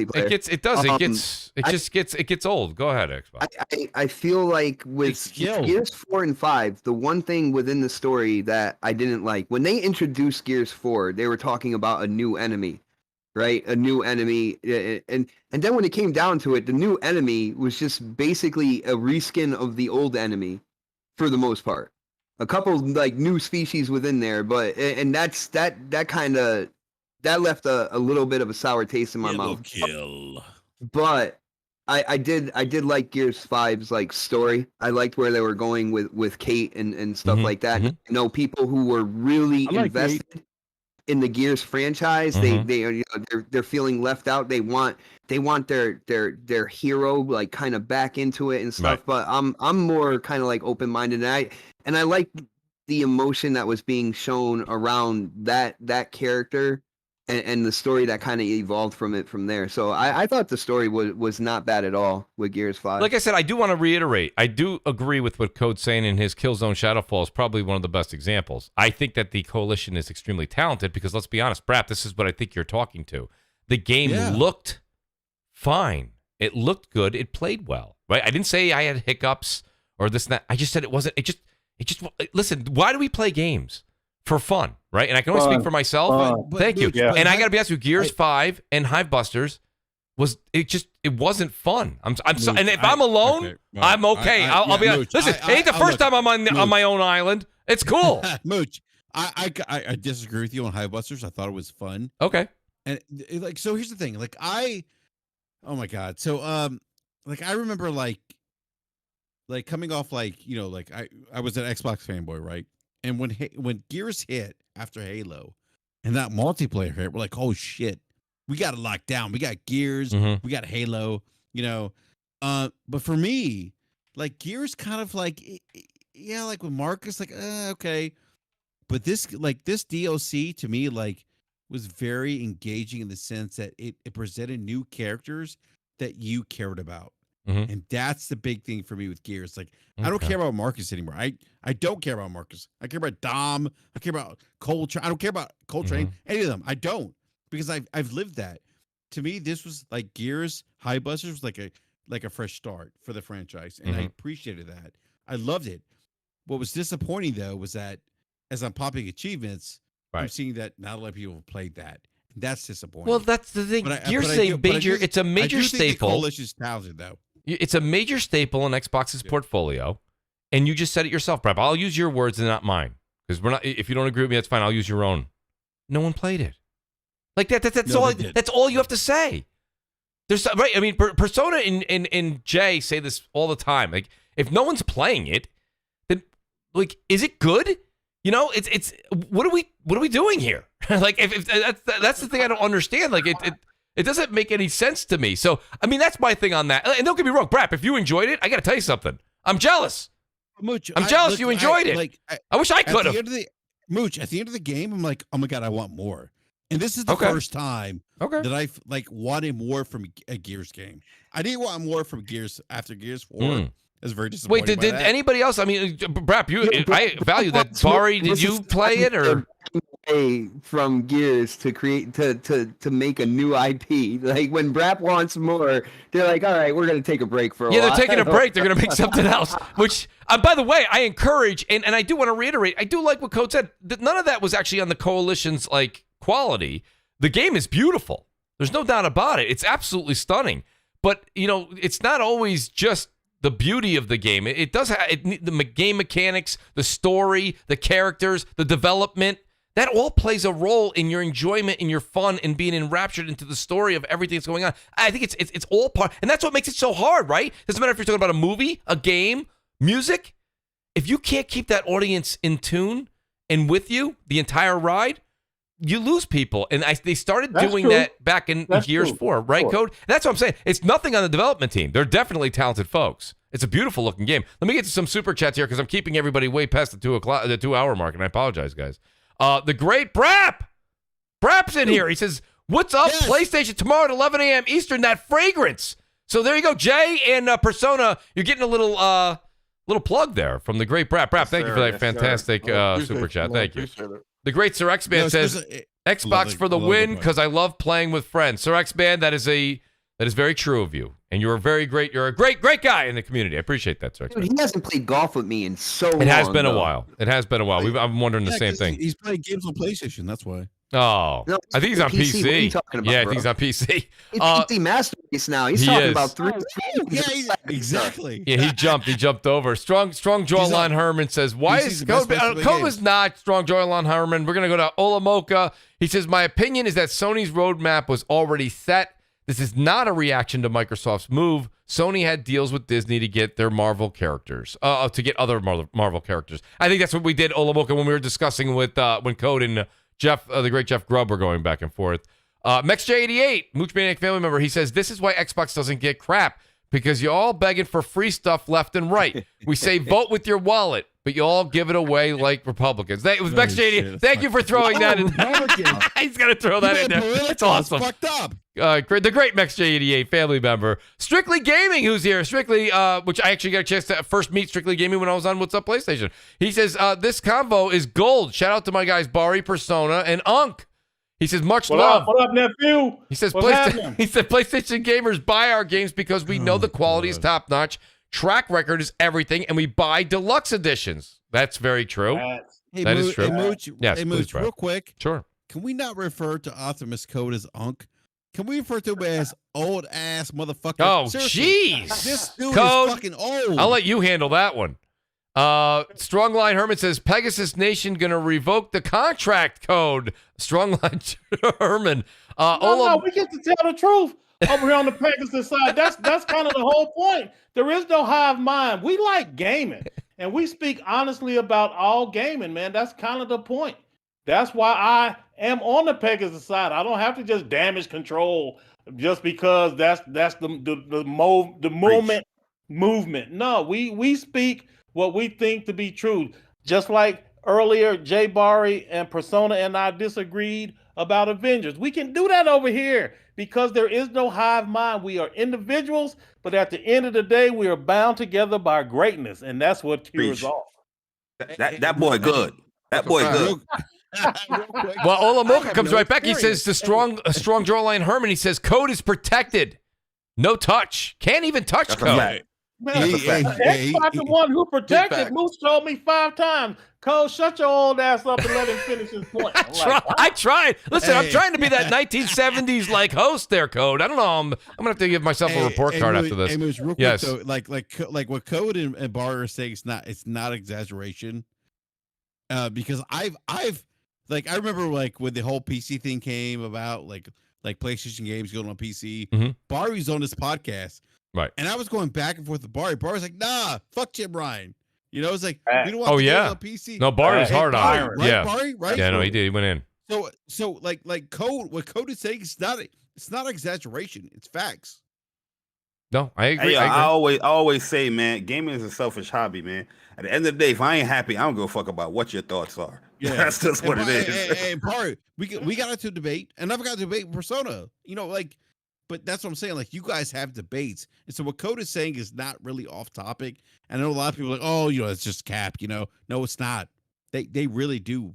They really do like debate. I got to be honest with you, but that's the key thing to podcasting. I think that makes it successful is what Jay just said. Okay, you tune into Jay's podcast. I tune into Jay's podcast because I know when I tune in, I'm going to get what he truly feels, and whether I like it or not is what makes it intriguing for me to start to participate in the chat and participate with the channel, because he's not going to change because that's what I said in the chat to him. He's going to say, no, I'm sorry. This is how I feel, and this is how I move forward. That's what makes me enjoy certain channels over other channels. Just if you like what you like and you hold to that, I'm very intrigued to hear you say why. Why are you holding so true to that feeling? And Jay does a good job of it. Code does a good job of it. Xbot does a good job of it. Persona does a good job of it. BRAP does a good job of it. I think you guys do great jobs, and that's why you guys have been doing this for so damn long. You know what I mean? So shout out to everybody on the panel, too, for all that.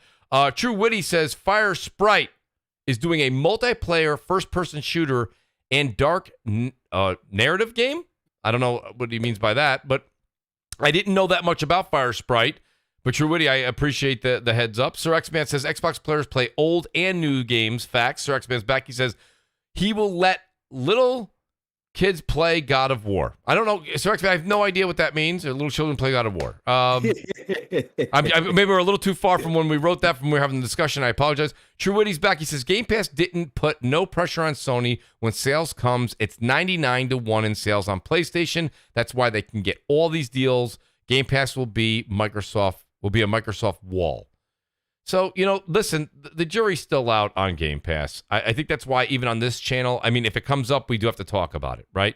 But I think at the same time, I try not to bring it up as often, and I think even Barry said, why are we talking about Game Pass?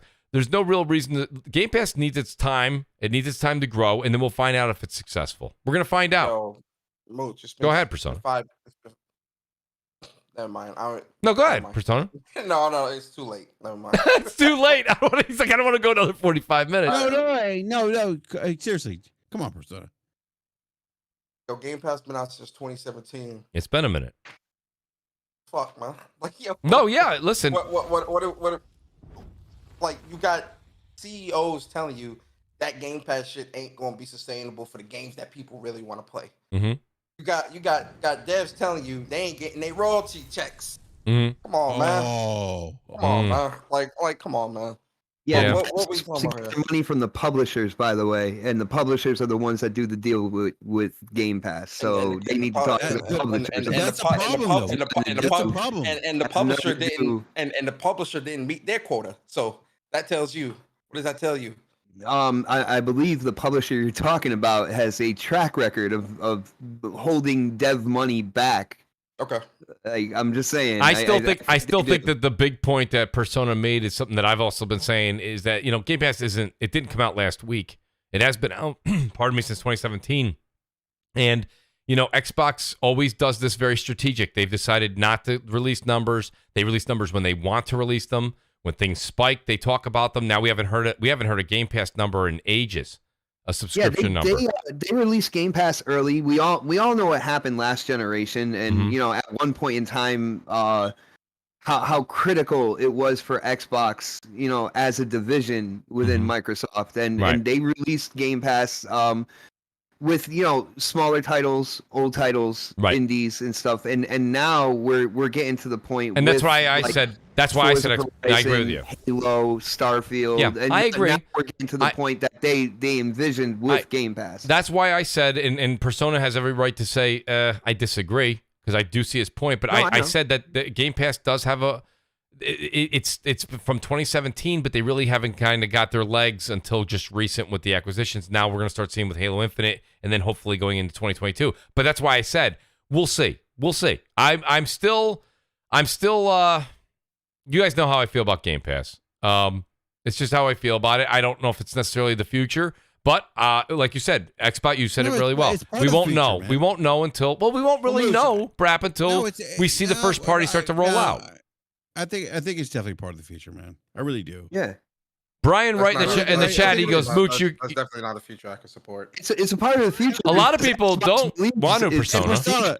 But not for you, but it's for some people.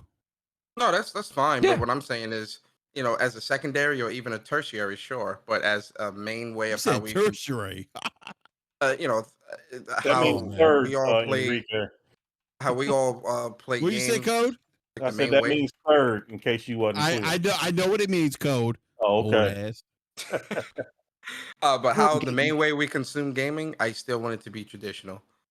You want it to be, but me personally, Game Pass is my primary way, and then I buy the golf or the NBA 2K or the other extra games that are off to the sides. I'm able to buy those, but for me, Game Pass is my primary way, and with the exclusives that are coming up, the ones that are just around the corner, the ones that are coming out next year, and stuff like that. I mean, I feel like my investment is indeed solidified. Right now, I don't know. I mean, for me personally, that I respect your premise, right? Respectfully, but I also have to respectfully disagree, just because, again, when it comes to developers and supporting my hobby, that $15 a month shit, I don't know. That stuff is just something I can't get behind. When it comes to supporting developers and stuff like that, I have no problems giving the dev 60, 70, or and I double dip on games I really love. Like, I have no problem giving the dev that money. And everybody's life's different. Everybody has different responsibilities. Fine, but I don't know, that viewpoint. That I feel that is part of what is going to kill. Here's gaming. the thing, y'all. Here's Persona. Game Pass as a concept is great for the consumer, but Game Pass in practice right now is real dry, because the whole lure of Game Pass without first party day and date is just an inferior version of PS Now. The thing that's supposed to set Game Pass apart is day and date first party titles that never leave the service. That's right. Until we actually start getting that on a consistent basis, of one a year is not going to cut it. So until we actually get that, Game Pass right now is just, I mean, honestly, my view of Xbox is for gamers that are either stubborn or have very primitive gaming needs, and they okay with just they could play on their iPad or whatever. Like they just content doing some form of digital entertainment, but they're not looking for all of these big blockbuster experiences, or they are, and they just content to wait years and years until they show up. Yeah, because I mean they're gonna show up, but like you say, I agree with you for the most part. There, Code, I really do. You said your opinion because I don't believe that's true at all. But it's your opinion, so I can't really debate that, bro. Well, what is the big blockbuster title that you are playing on a regular basis from Xbox or Game Pass? I will be playing Forza Horizon. I didn't say will, I said are. See, so I can't talk about a game that's like literally you can, right. But corner. I would prefer for you to answer the question as I presented. I just said that they released Game Pass early. He said R. He said R. Like present tense, dude. Come on. I play Destiny 2 every single day, and guess what? It's on Game Pass, bro. With all the expansions. Yeah, but now pay for the expansions. That's the thing too. When the new expansion comes out, Witch Queen, are you going to buy that? Because that's not going to be in Game Pass. To be fair, Xbox, you didn't answer the question, but we're gonna let you rock. No, you didn't. You said Destiny. He said what is a game from Xbox that you are currently playing through Game Pass? Like I thought he asked for big blockbuster. I didn't know he from Xbox. From Xbox. From Xbox through Game Pass. What happened, Code? Yeah, what big blockbuster title are you playing from Xbox? Oh, from Xbox. Game Pass, through Game Pass, yes. So you're saying, you're being sustained, you don't have primitive gaming needs. That you I play Destiny 2. It doesn't necessarily have to be first party. And then when Forza Horizon 5 comes out, that's going to pull me away from Destiny 2. When Halo comes out, that's going to pull me away from both of them. And it's just going to keep going on from there. So basically, you're saying in November and December is when I'm playing Destiny 2, which is on Game Pass right now, and it is Psychonauts 2. Psychonauts 2 right now. There you go, bro. Yeah, I'm in. And this is the type of damage control and answers which makes it difficult for me to have these conversations. Blockbuster game, you keep adding stipulations. Like I'm playing. I didn't add no stipulations. Our question was the same from the beginning. Well, it's got to be from Xbox. Well, you changed my question. On my Xbox platform through Game Pass. You said it doesn't have to be from Xbox. You modified my question and you answered the question that you wanted to answer because you wanted to sidestep the question that I actually asked. No, because you're trying to prove a half point is what you're trying to do.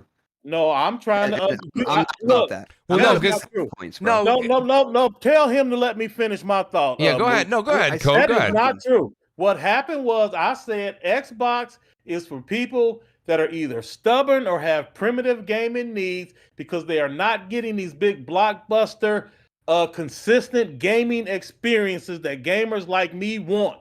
You said that is not true, that you glad I said that's my opinion because that is not true. And I said, okay, then, well, what big blockbuster experiences do you get from Xbox through Game Pass? And you said your entire first part of that didn't have anything to do. You just said big blockbuster games. I gave you a big blockbuster game. You had to add from Xbox at the end. That's what I was talking about, Xbox. Well, remember though, Xbox, hold on. A big blockbuster game that I can get anywhere. Hold on, no, but Xbox, Code's got a point here because what he said was, what differentiates Xbox Game Pass from PlayStation Now is the fact that their first-party big blockbuster games are in their day and date. So what he's trying to ask you is, what is it you're playing from Xbox right now on Game Pass? That's one of their big blockbuster games that you're enjoying the service for and you're paying for. When he calls a whole community primitive, all right? But not the community. He didn't say the community. He didn't say the community. You're not answering the question, Xbox. Do you see the side step? Mooch, this is what I'm talking about. Wait, let me. I hear you, Coach. I hear you. Let me ask a different question. Let me ask a much more. Well, hold on, real quick, Persona. Just let the record state that Mooch clarified exactly what I did, put everything back in context, and again, Xbox decided to sidestep it instead of answering it directly to now he want to play the victim and go to the ad hominem stuff. Go ahead, nephew. So my question is it's a very rebuttal for that, because when it came down to it, guys, and people in the chat will know, he was talking about primitive gamers on Xbox that can, they're just happy with playing a game on an iPad, just as long as it's digital content. But I am playing one of fuck that. Hey, fuck that. Fuck that shit. Hey, you know what? No. Xbox. So, right. That's fine. Hold on. Let Persona Let Persona go. I want to hear what Persona's got to say. You're not gonna do that dumb shit. Seriously, you guys are getting so upset. BRAP, come on, don't go. BRAP. Upset, though? No, but you know what? Fuck that. You are assaulting our intelligence. Seriously, fuck you for doing that. Like seriously, like that's come on, bullshit. BRAP, guys. I think Code. Listen, Code did it. Code definitely. Their feelings Code, right now. BRAP, listen to me. Code laid it out. Code laid it out. Too, BRAP. It's okay. Code laid it out. No, you know what? I'm not the one that has idiots on my podcast. Hey, whoa. BRAP, stop. Okay, Persona. Talk about BRAP. Persona, can you ask your question? Let's just keep this gaming. Keep this gaming. Keep it gaming, guys. Go ahead, Persona. Yeah, my question's not important. Let's get to the. I'll let you finish up the show. Okay, thank you, Persona. Persona. Why, Persona? I feel like this is the second time in a row you're like, I gotta. Go ahead, Mooch. So X Abbott, he says, BRAP said in quotes, Sony doesn't care about Game Pass, end quote. He said, meanwhile, after Game Pass, PS Now added downloads, lower price, etc. I'm subbed to both. So X Abbott's asking BRAP. He's saying Sony. He's quoting you saying you said Sony doesn't care about Game Pass. Meanwhile, after Game Pass, PS Now has added downloads, lowered price. So he's saying that Sony has made moves in a very how do I put this, in a competitive way due to Game Pass. Do you agree with that, BRAP? Yes. I don't. You don't think so, Code? No, I think they wanted. Their goal was to have downloadable games. Like from the beginning, they just had to get infrastructure in place, because that streaming stuff, like that's not free. Sony has to pay for that, right? So this definitely was always in the plan to be able to offer downloadable games as the system matured. I don't think, again, with or without Game Pass, we would have ended up where we are right now with PS Now. And PS Now is going to keep doing stuff. They're going to keep improving the service, and it has nothing to do with what Game Pass is doing. Okay. Now, see, I got to tell you something, Code. I see your point there, but I do have to say, I do think that X Abbott made a point in this fact that if Game Pass never came about, PS Now was more costly. They didn't allow you to directly download your console, and not all the games are quite yet, but it's getting close. And then they did, and like I said, the fact that they lowered the price. I mean, Sony didn't have to because they didn't have a competitor in that area. Now they do. They lowered it, and now PS Now, you have more games, and it's cheaper than Game Pass. If I'm not wrong, right, Barry? That's one of the things you said a while ago. Yes, it is cheaper than Game Pass. Has more games than Game Pass. Like I said, the only difference is what Cole said. The first party titles being offered day and date. But I agree with Cole. There's not much first party games being in there like that at a consistent basis to really be like, oh, there's a huge difference going on. You know what I mean? But when PlayStation dropped their first party games, the service of PS Now, it goes up. You know what I mean? When God of War went in there, people subscribing. Horizon went in there, people subscribe. Spider-Man go in there, people subscribe. So there's a lot of games. When PlayStation put their games in there, nobody. Their subscription. This is always my thing when it comes to Game Pass and PS Now. Where I always debate with people is like, if you are such a avid, person for like Game Pass, right? You love Game Pass. I don't understand how you could be like not be avid for PS Now as well. Like it's the same shit. Yeah. You know what I mean? Yeah. Like they're both offering great games. Facts. That I completely get behind. Completely get behind that. I don't understand that. I don't understand why PS Now is such it's not even, nobody on the Xbox front usually says compare those two. It's always just comparing the titles that are for sale for $70 versus that, when Sony does have a competing streaming platform. I don't. Yeah, and the thing is, Mooch. Majority of the games that's in Game Pass, they're also in PS Now. Like the biggest. This is why I used to go and debate a lot of people when it comes to PS Now, because when they bought Bethesda, that's when I just saw. I was like, okay, this is agenda now, because the games that you're hyping up for Bethesda that finally came into Game Pass were in PS Now for years. You know what I mean? Those same games. Right. And here's the thing, y'all oh, this is great for Game Pass. Mooch, and I'm just like, wait, what? That this is great for gamers. PS Now couldn't offer a lot of their games to download because for a good collection, or not collection, for a large part of their life cycle, the goal for PS Now was backwards compatibility with PS3. Yep. Now that they are getting more PS4 games and they're adding PS4 games to the service, those games are now able to become downloadable because they have built up a library of titles from the PS4 era that you can download to your PS4 because you can't download PS3 games to your console from PS Now because it is not technically possible. The technology doesn't exist. When they started adding games for download, it wasn't as a response to Game Pass. Thus, the library had matured enough where they had enough that they could offer from the PS4 generation, from the 8th generation, added to the service, where now we can download those games. Again, it would have happened with or without Game Pass. They did not do that as a response to Game Pass.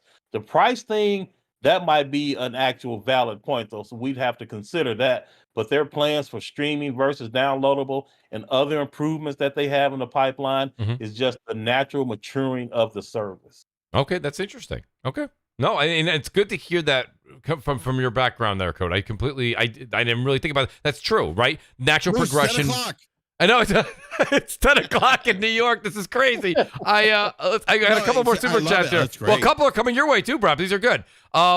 Percolator 9000. He says, Mooch, you need to eat before the show. Got to go to work. Percolator, thank you very much. And by the way, he is right. I'm actually starving to death. Magnum Visual says, Playground has a racing game which is a direct competitor to GT7, a game least favored among all the juggernauts from the show. So, yeah, I mean, so I believe Magnum Visual Playground has a racing game which is a direct competitor. Well, yeah, they've got. Is he a supports? Horizon's a direct competitor. Yeah, I don't think so. Gran Turismo is a closed circuit racer. Right. The direct Forza Motorsport competitor will be coming out next year with Forza Motorsport. That's right. It's not a competition. Gran Turismo Motorsport is like. It's not a competition. It's not a competition. How do you say not? How do you think not? Everybody knows that play simulator games. They know what's the real deal. People just want to push that agenda that Forza is better because they see a few reviews, but you ain't getting no racing license. You ain't getting no tournaments. You ain't getting shit over there at Forza. Gran Turismo is best-selling IP. This game sells 6 to 10 million each title. There's no competition. Sorry. Barry, no, it's not Barry. Forza is the king right now. No. Barry, I'm sorry. Yeah. It's the king. No. Gran Turismo. Listen, Gran Turismo does. Yeah, they punch Polyphony in the balls. It's done. Damn. Gran Turismo just dropped a half game with sports, and that sold over 6 million. No. What is Forza selling? Was there a Gran Turismo 6 on the PS4? No, Gran Turismo 6 is on PS3. PS3, 8 million. right? Yeah. Forza is the benchmark. Now, Brap, let me say this much. It used to be Gran Turismo. It's not anymore. Gran Turismo is an Olympic event. Listen, it's not even a I don't know what we would even debating. It's not even a competition. Barry. I'm sorry. We can debate this all day. We do this all day. Well, wait. I'll tell you this much. If you like Forza better, that is cool. I'm not going to debate that. But when it comes to actual fact, as far as what is the better simulator, it is Gran Turismo. Point. Period. I don't know. Well, we'll see. Listen, I got news for you. The reason I said hold on. I don't know about that, Barry. It sounds like Gran Turismo and Forza Motorsport both coming out next year. So it's gonna be a great head-to-head battle. It's gonna be fun, man. Absolutely. Shout out to PS4 fan. He says subscribed. Sandre de Papas fan. He's also subscribed. Thank you for that. Brap, Basement Radar Arcade Pie. He said Code is old. He said he brought the 10 Commandments to Moses, but also brought Moses the first programming script. That's nice of you, Code. That's very nice of you, Code. Code's like, Brap's got to go to sleep. So they got Magnum Visuals. He says, what if Disney is testing Sony to see how they handle Wolverine before they acquire them? Well, there's a curveball, Magnum. But boy, I don't quite see it that way at all.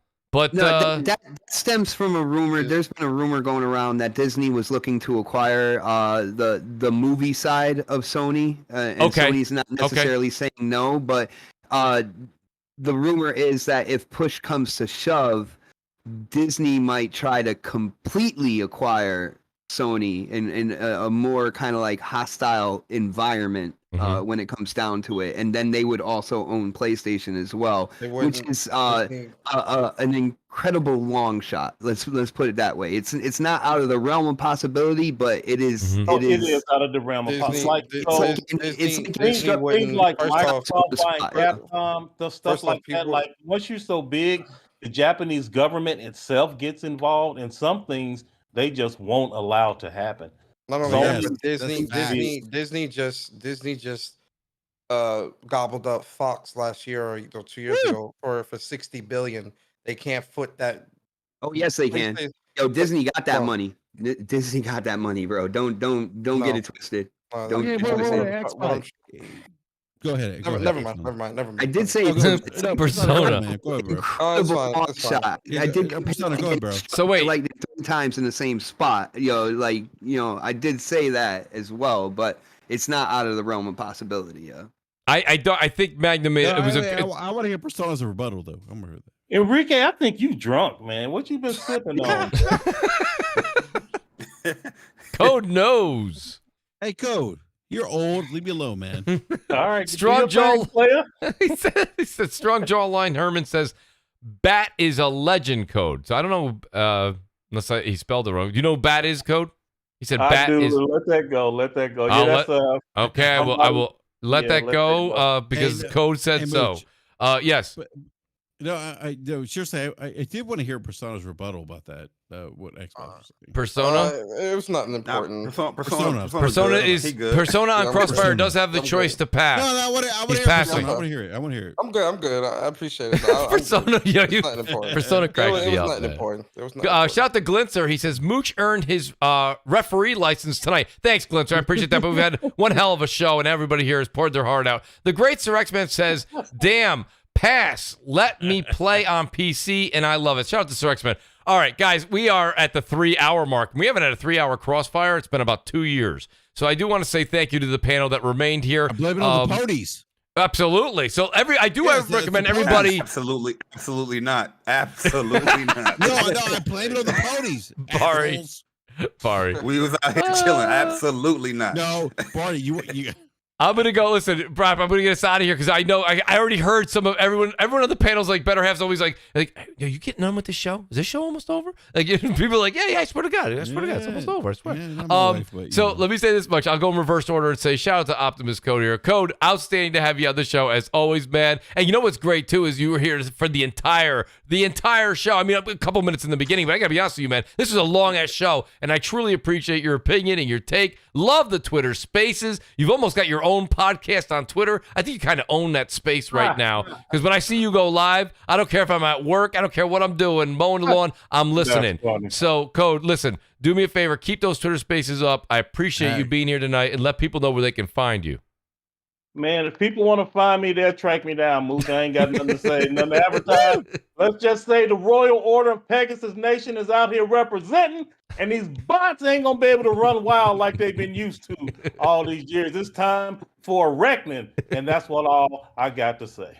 Great to have you, Code. I appreciate that. And then I got my boy here, Persona, who literally, he's like 3 times tonight. He's like, I plead the fifth. I don't want to talk about it. So shout out to Persona. Yo, Persona, great to have you here tonight, man. He's like, I am not even getting into that. Shout out to Persona and everything he does. Yo, I gotta be honest with you, Persona. I can't say thank you enough for all the content and shit that you provide. I love what you do, man. Love the channel. Love the energy. You bring it here. You bring it to What's Up PlayStation, and of course, you always have it when Persona speaks. So, Persona, let people know where they can find you on Twitter, YouTube, and I can't wait till you're back on the show again. Okay, Mooch, I'm gonna be rude. I'm gonna jump in here, and it's because I gotta say this, right? Like, and I definitely need to say it specifically to your audience. Mooch. Yes. So here's the thing. When I first started gaming way back, there wasn't a lot of black people like me, Mooch. Like, and that's the 1945. I had to hang around with a lot of people that didn't look like me, but we loved gaming, right? Like it was just you sound like Captain America. Go ahead. And then eventually like the sports games came, like the Madden and the NBA lives and the Bird versus Magic and the Lakers, Celtics, and the sports games came, and more people that looked like me started gaming, and then the fighters and that type of stuff. But here's the thing, like a lot of the games, like the RPG, the strategy type games, the games that required like more thinking, solving things, working your way through, a lot of people that look like me, Mooch, didn't play those types of games. Man, when I ran into Jay Barry and Persona, man, it really touched my heart, man, because these brothers out here, they playing these RPGs, they playing the JRPGs, they into the fighting games. And I feel that like the hobby is in good hands for people that look like me, because we got brothers out here that they don't need a weapon in order to have fun in the game, or they don't need like a first person shooter like these guys. They game everywhere. Jay Barry said, I'm playing Tales of Arise and everything is on pause. So that's done. I'm like, man, that's my guy. So my point is Persona, Jay Barry, man, I say it every time, but I really respect these guys because they have a love of gaming and like all of it, not just one particular genre of gaming. Man, these dudes is everywhere gaming on all the stuff. So man, shout out to these guys. They have a wonderful podcast, man. Listen to these brothers, man. They know what they're talking about with this gaming stuff. Code, I gotta just, even though it's gonna sound like, absolutely, I want to reiterate that. One of the first things I ever said, you can go back and check it out. And I know, Barry, you remember this because I think you were the first one I had on out of you in Persona. And I said to you, I was like, legitimately, the thing that I love about What's Up PlayStation is you guys talk games. You guys have talked me into playing games that I would not have ever picked up and tried. Not because you said, Mooch, you need to do it, just go do it. You didn't say that. You literally show gameplay. You talked about it. You talk about it in depth. You talk about it with the amount of, what am I trying to say? Just that enthusiasm that gets someone that wants to pick the controller up and try a genre out that they've never done. And Jay, you did that even, yesterday, I believe. You went on your channel. You go on Jay's channel right now, and he's got all the bosses to different games on there, giving you a snippet from Fist. He's showing you Tails. He's showing you this. He's got everything on there, and it's like he does it in such a way that you just want to play that game. You want to give it a shot. Maybe it's not for you, right? Bar, you said that. Some of these things are not going to be for you. That's just the way it is. But you do it in such an entertaining way. You and Persona really give that energy. So I got to reiterate what Code said. You guys really do bring a lot of that fun back to gaming. So do go over and check those guys' channels out. But without any further ado, I do have to say, Persona, you got to plug that channel. Oh, yeah, man. Listen, this was a very eventful show. A lot of greatness came out of this show for me. I enjoyed every minute of it. Yeah, I enjoyed every minute of it. It reminded me of like the old school days. Yeah. For me, man, I'm Persona, gaming with Persona. My Twitter is @PersonaSpeaks. My YouTube is Gaming with Persona, and then the channel that me and Barry both have is What's Up PlayStation. We do a podcast every Saturday morning at 11 a.m. What's Up PlayStation podcast.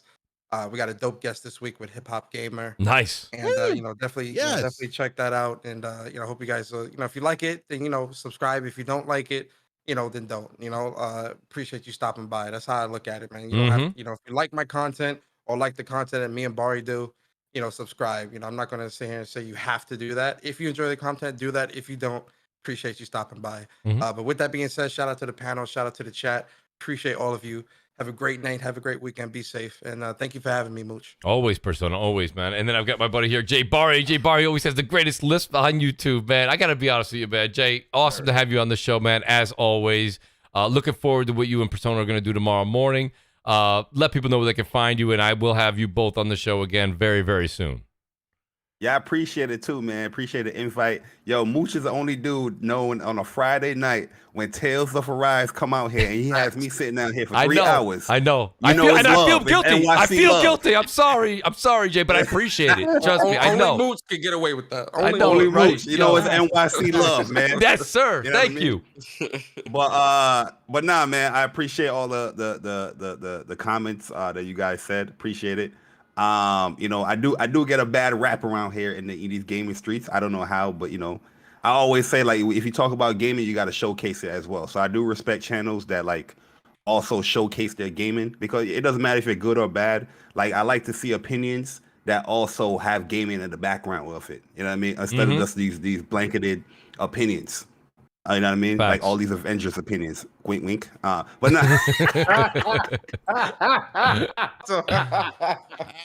Nah, let me stop, man. But nah, you can find me at JBari _ on Twitter, JBari on YouTube. Don't subscribe or follow me if you're sensitive. I'm sorry. That's just the nooks and crannies. That's just the realness. Okay. But yeah, man, appreciate the invite, guys. Yo, awesome. One thing real quick, y'all, ahead, Coach. Mooch, before you go. So just so we clear, when Mooch hit me up, he said, Cole, what you doing? Can you come through? I said, Mooch, do I have to hold back or can I be cold? He said, I always want you to be cold. Yes. So that's you were why definitely cold on this show tonight. I'll tell you that. You were definitely cold on this you got me riled up tonight. Yo, man, this shit felt like a Twitter Spaces. It did. But that's why Twitter Spaces is blowing up, because I think that you should be able to speak your mind. You know what I mean? It's a big deal to be able to speak your mind. I love that on Crossfire. Don't come on Crossfire and hold back. Speak your mind. That's what it's all about. Because if everyone's just going to sit here and light a candle and sing Kumbaya, listen, ain't nobody want to be a part of that. So, Code, always feel comfortable to be yourself on the show. That's the way you should be, always. So thank you for bringing that up, Code. I appreciate that. Then I got my buddy here, Basement Radio Arcade Podcast, who may or may not have a bit of Chardonnay going on at the house. Nobody knows for certain. Yeah. Yes. But BRAP, let people know where they can find you, buddy. And as always, a great Friday night on Crossfire with you. Thank you. So Mooch, seriously, this is great, man. Like you bring like a different perspective to the show, and it's awesome. So appreciate that, buddy. Thank you. Yeah. So you know what? I'm gonna drink some more Poulet Fusé and celebrate PlayStation Nation, and follow me at Basement Radio Arcade Podcast on YouTube. And that's it. BRAP is definitely drunk. He said that with his eyes closed. He said everything he just said right now. His eyes was closed. His eyes are closed. BRAP got that saucy talk right now. Yeah, he does. He got that pinky in the air. That saucy talk. Yeah. He about to hit the wife up. The wife is sleeping right now. He about to he's saucy. The back. He's saucy, he said. That man standing up at his desk talking into the mic. Jay called it. Yo, and then last but certainly not least. Wait. Oh, go ahead, BRAP. Hey, check out my man Bari Persona tomorrow. Seriously, check him out. Saucy. Great podcast. Love you guys. Seriously, love awesome, you guys. BRAP. Mad love. Seriously. Yo, mad love. Yeah, Persona said be safe. Yeah, that's great. And so we got and then I got my buddy here. I got my last but certainly not last, the Xbot 448 Xbot. I gotta be honest with you. I love your passion. I love your energy. And listen, you know what's funny? A lot of people in the chat are always saying to me, they're like, you only got Xbot on here. And I'm like, you know what? I want to get some more Xbox guys on here. And now we'll definitely do my due diligence. We had Glorious Kev on. You remember this Xbot. We had Tim Dog on. We've had a bunch of guys on from the Xbox in the past couple of months. But I will bring more me too. Of the Xbox guys on to give the Xbox defense lawyer a bit of a break out there. So Xbox, I always appreciate. PC Master Race. Yes. PC Mark. So shout out to you, Xbox, for being here and always doing your due diligence, dude, by the way, man. He is, man. Xbox, we have a long history. He's one of the first people I know in the community. My favorite interaction with you, Jay, was when you were using scapes on Gran Turismo Sport and trying to like push them off screenshots, man. That when I caught you out on that one, man, that was classic, bro. But man, that's a secret. Xbox, come on, Xbox, man. We go back along. Jason, let's not go there. Yeah. But yeah, like I said, I'm sorry I was late, man. I didn't want you guys thinking that. I appreciate you being here. Family first, Xbox. When it came to the PlayStation Showcase, I thought they did a really good job. It is really a good time for gamers all the way around. Facts. And so shout out to all the gamers out there. If you want to listen to a guy who prefers to play on Xbox but is not afraid to call Xbox out, trust me, I lost 2 panel members on my podcast for something I was talking about that Xbox did wrong. All right, so don't get it twisted. I'm not a yes man. I don't just sit there and say that everything Xbox is doing is absolutely great. You heard that tonight when I talked about Knights of the Old Republic. That was a major missed opportunity when it comes to Xbox, kind of relaying something back to the community. If you want to listen to an Xbox guy like that, definitely go to my YouTube channel. It is Xbot448. Go ahead and subscribe. It is the home of the next podcast, which is live every Thursday night, 8 p.m. And of course, that is prime time, baby. That's but what Mooch, I'm talking about. It is always a lot of fun, and I already can't wait. I told you, man, I will be here next week. It's going to be a little bit late because of work, but I will be here. I promise you, bro. Listen, you got a seat at the table every single day, X-Bot. It's fantastic to have you here, bro. Yes. Real quick shit. X-Bot. Do I make you horny, baby? Not at all. What is wrong? Get this man off the camera. Code, we got to keep him off. Get him off the Chardonnay. That being said, guys, it's Outstanding Friday. Enjoy what you enjoy. Go play your games. Horny, baby? Don't do what BRAP's doing. We'll see what you guys are doing next Friday night, 7 p.m. Eastern time. Until then, peace out. Good night, and keep gaming. Peace out.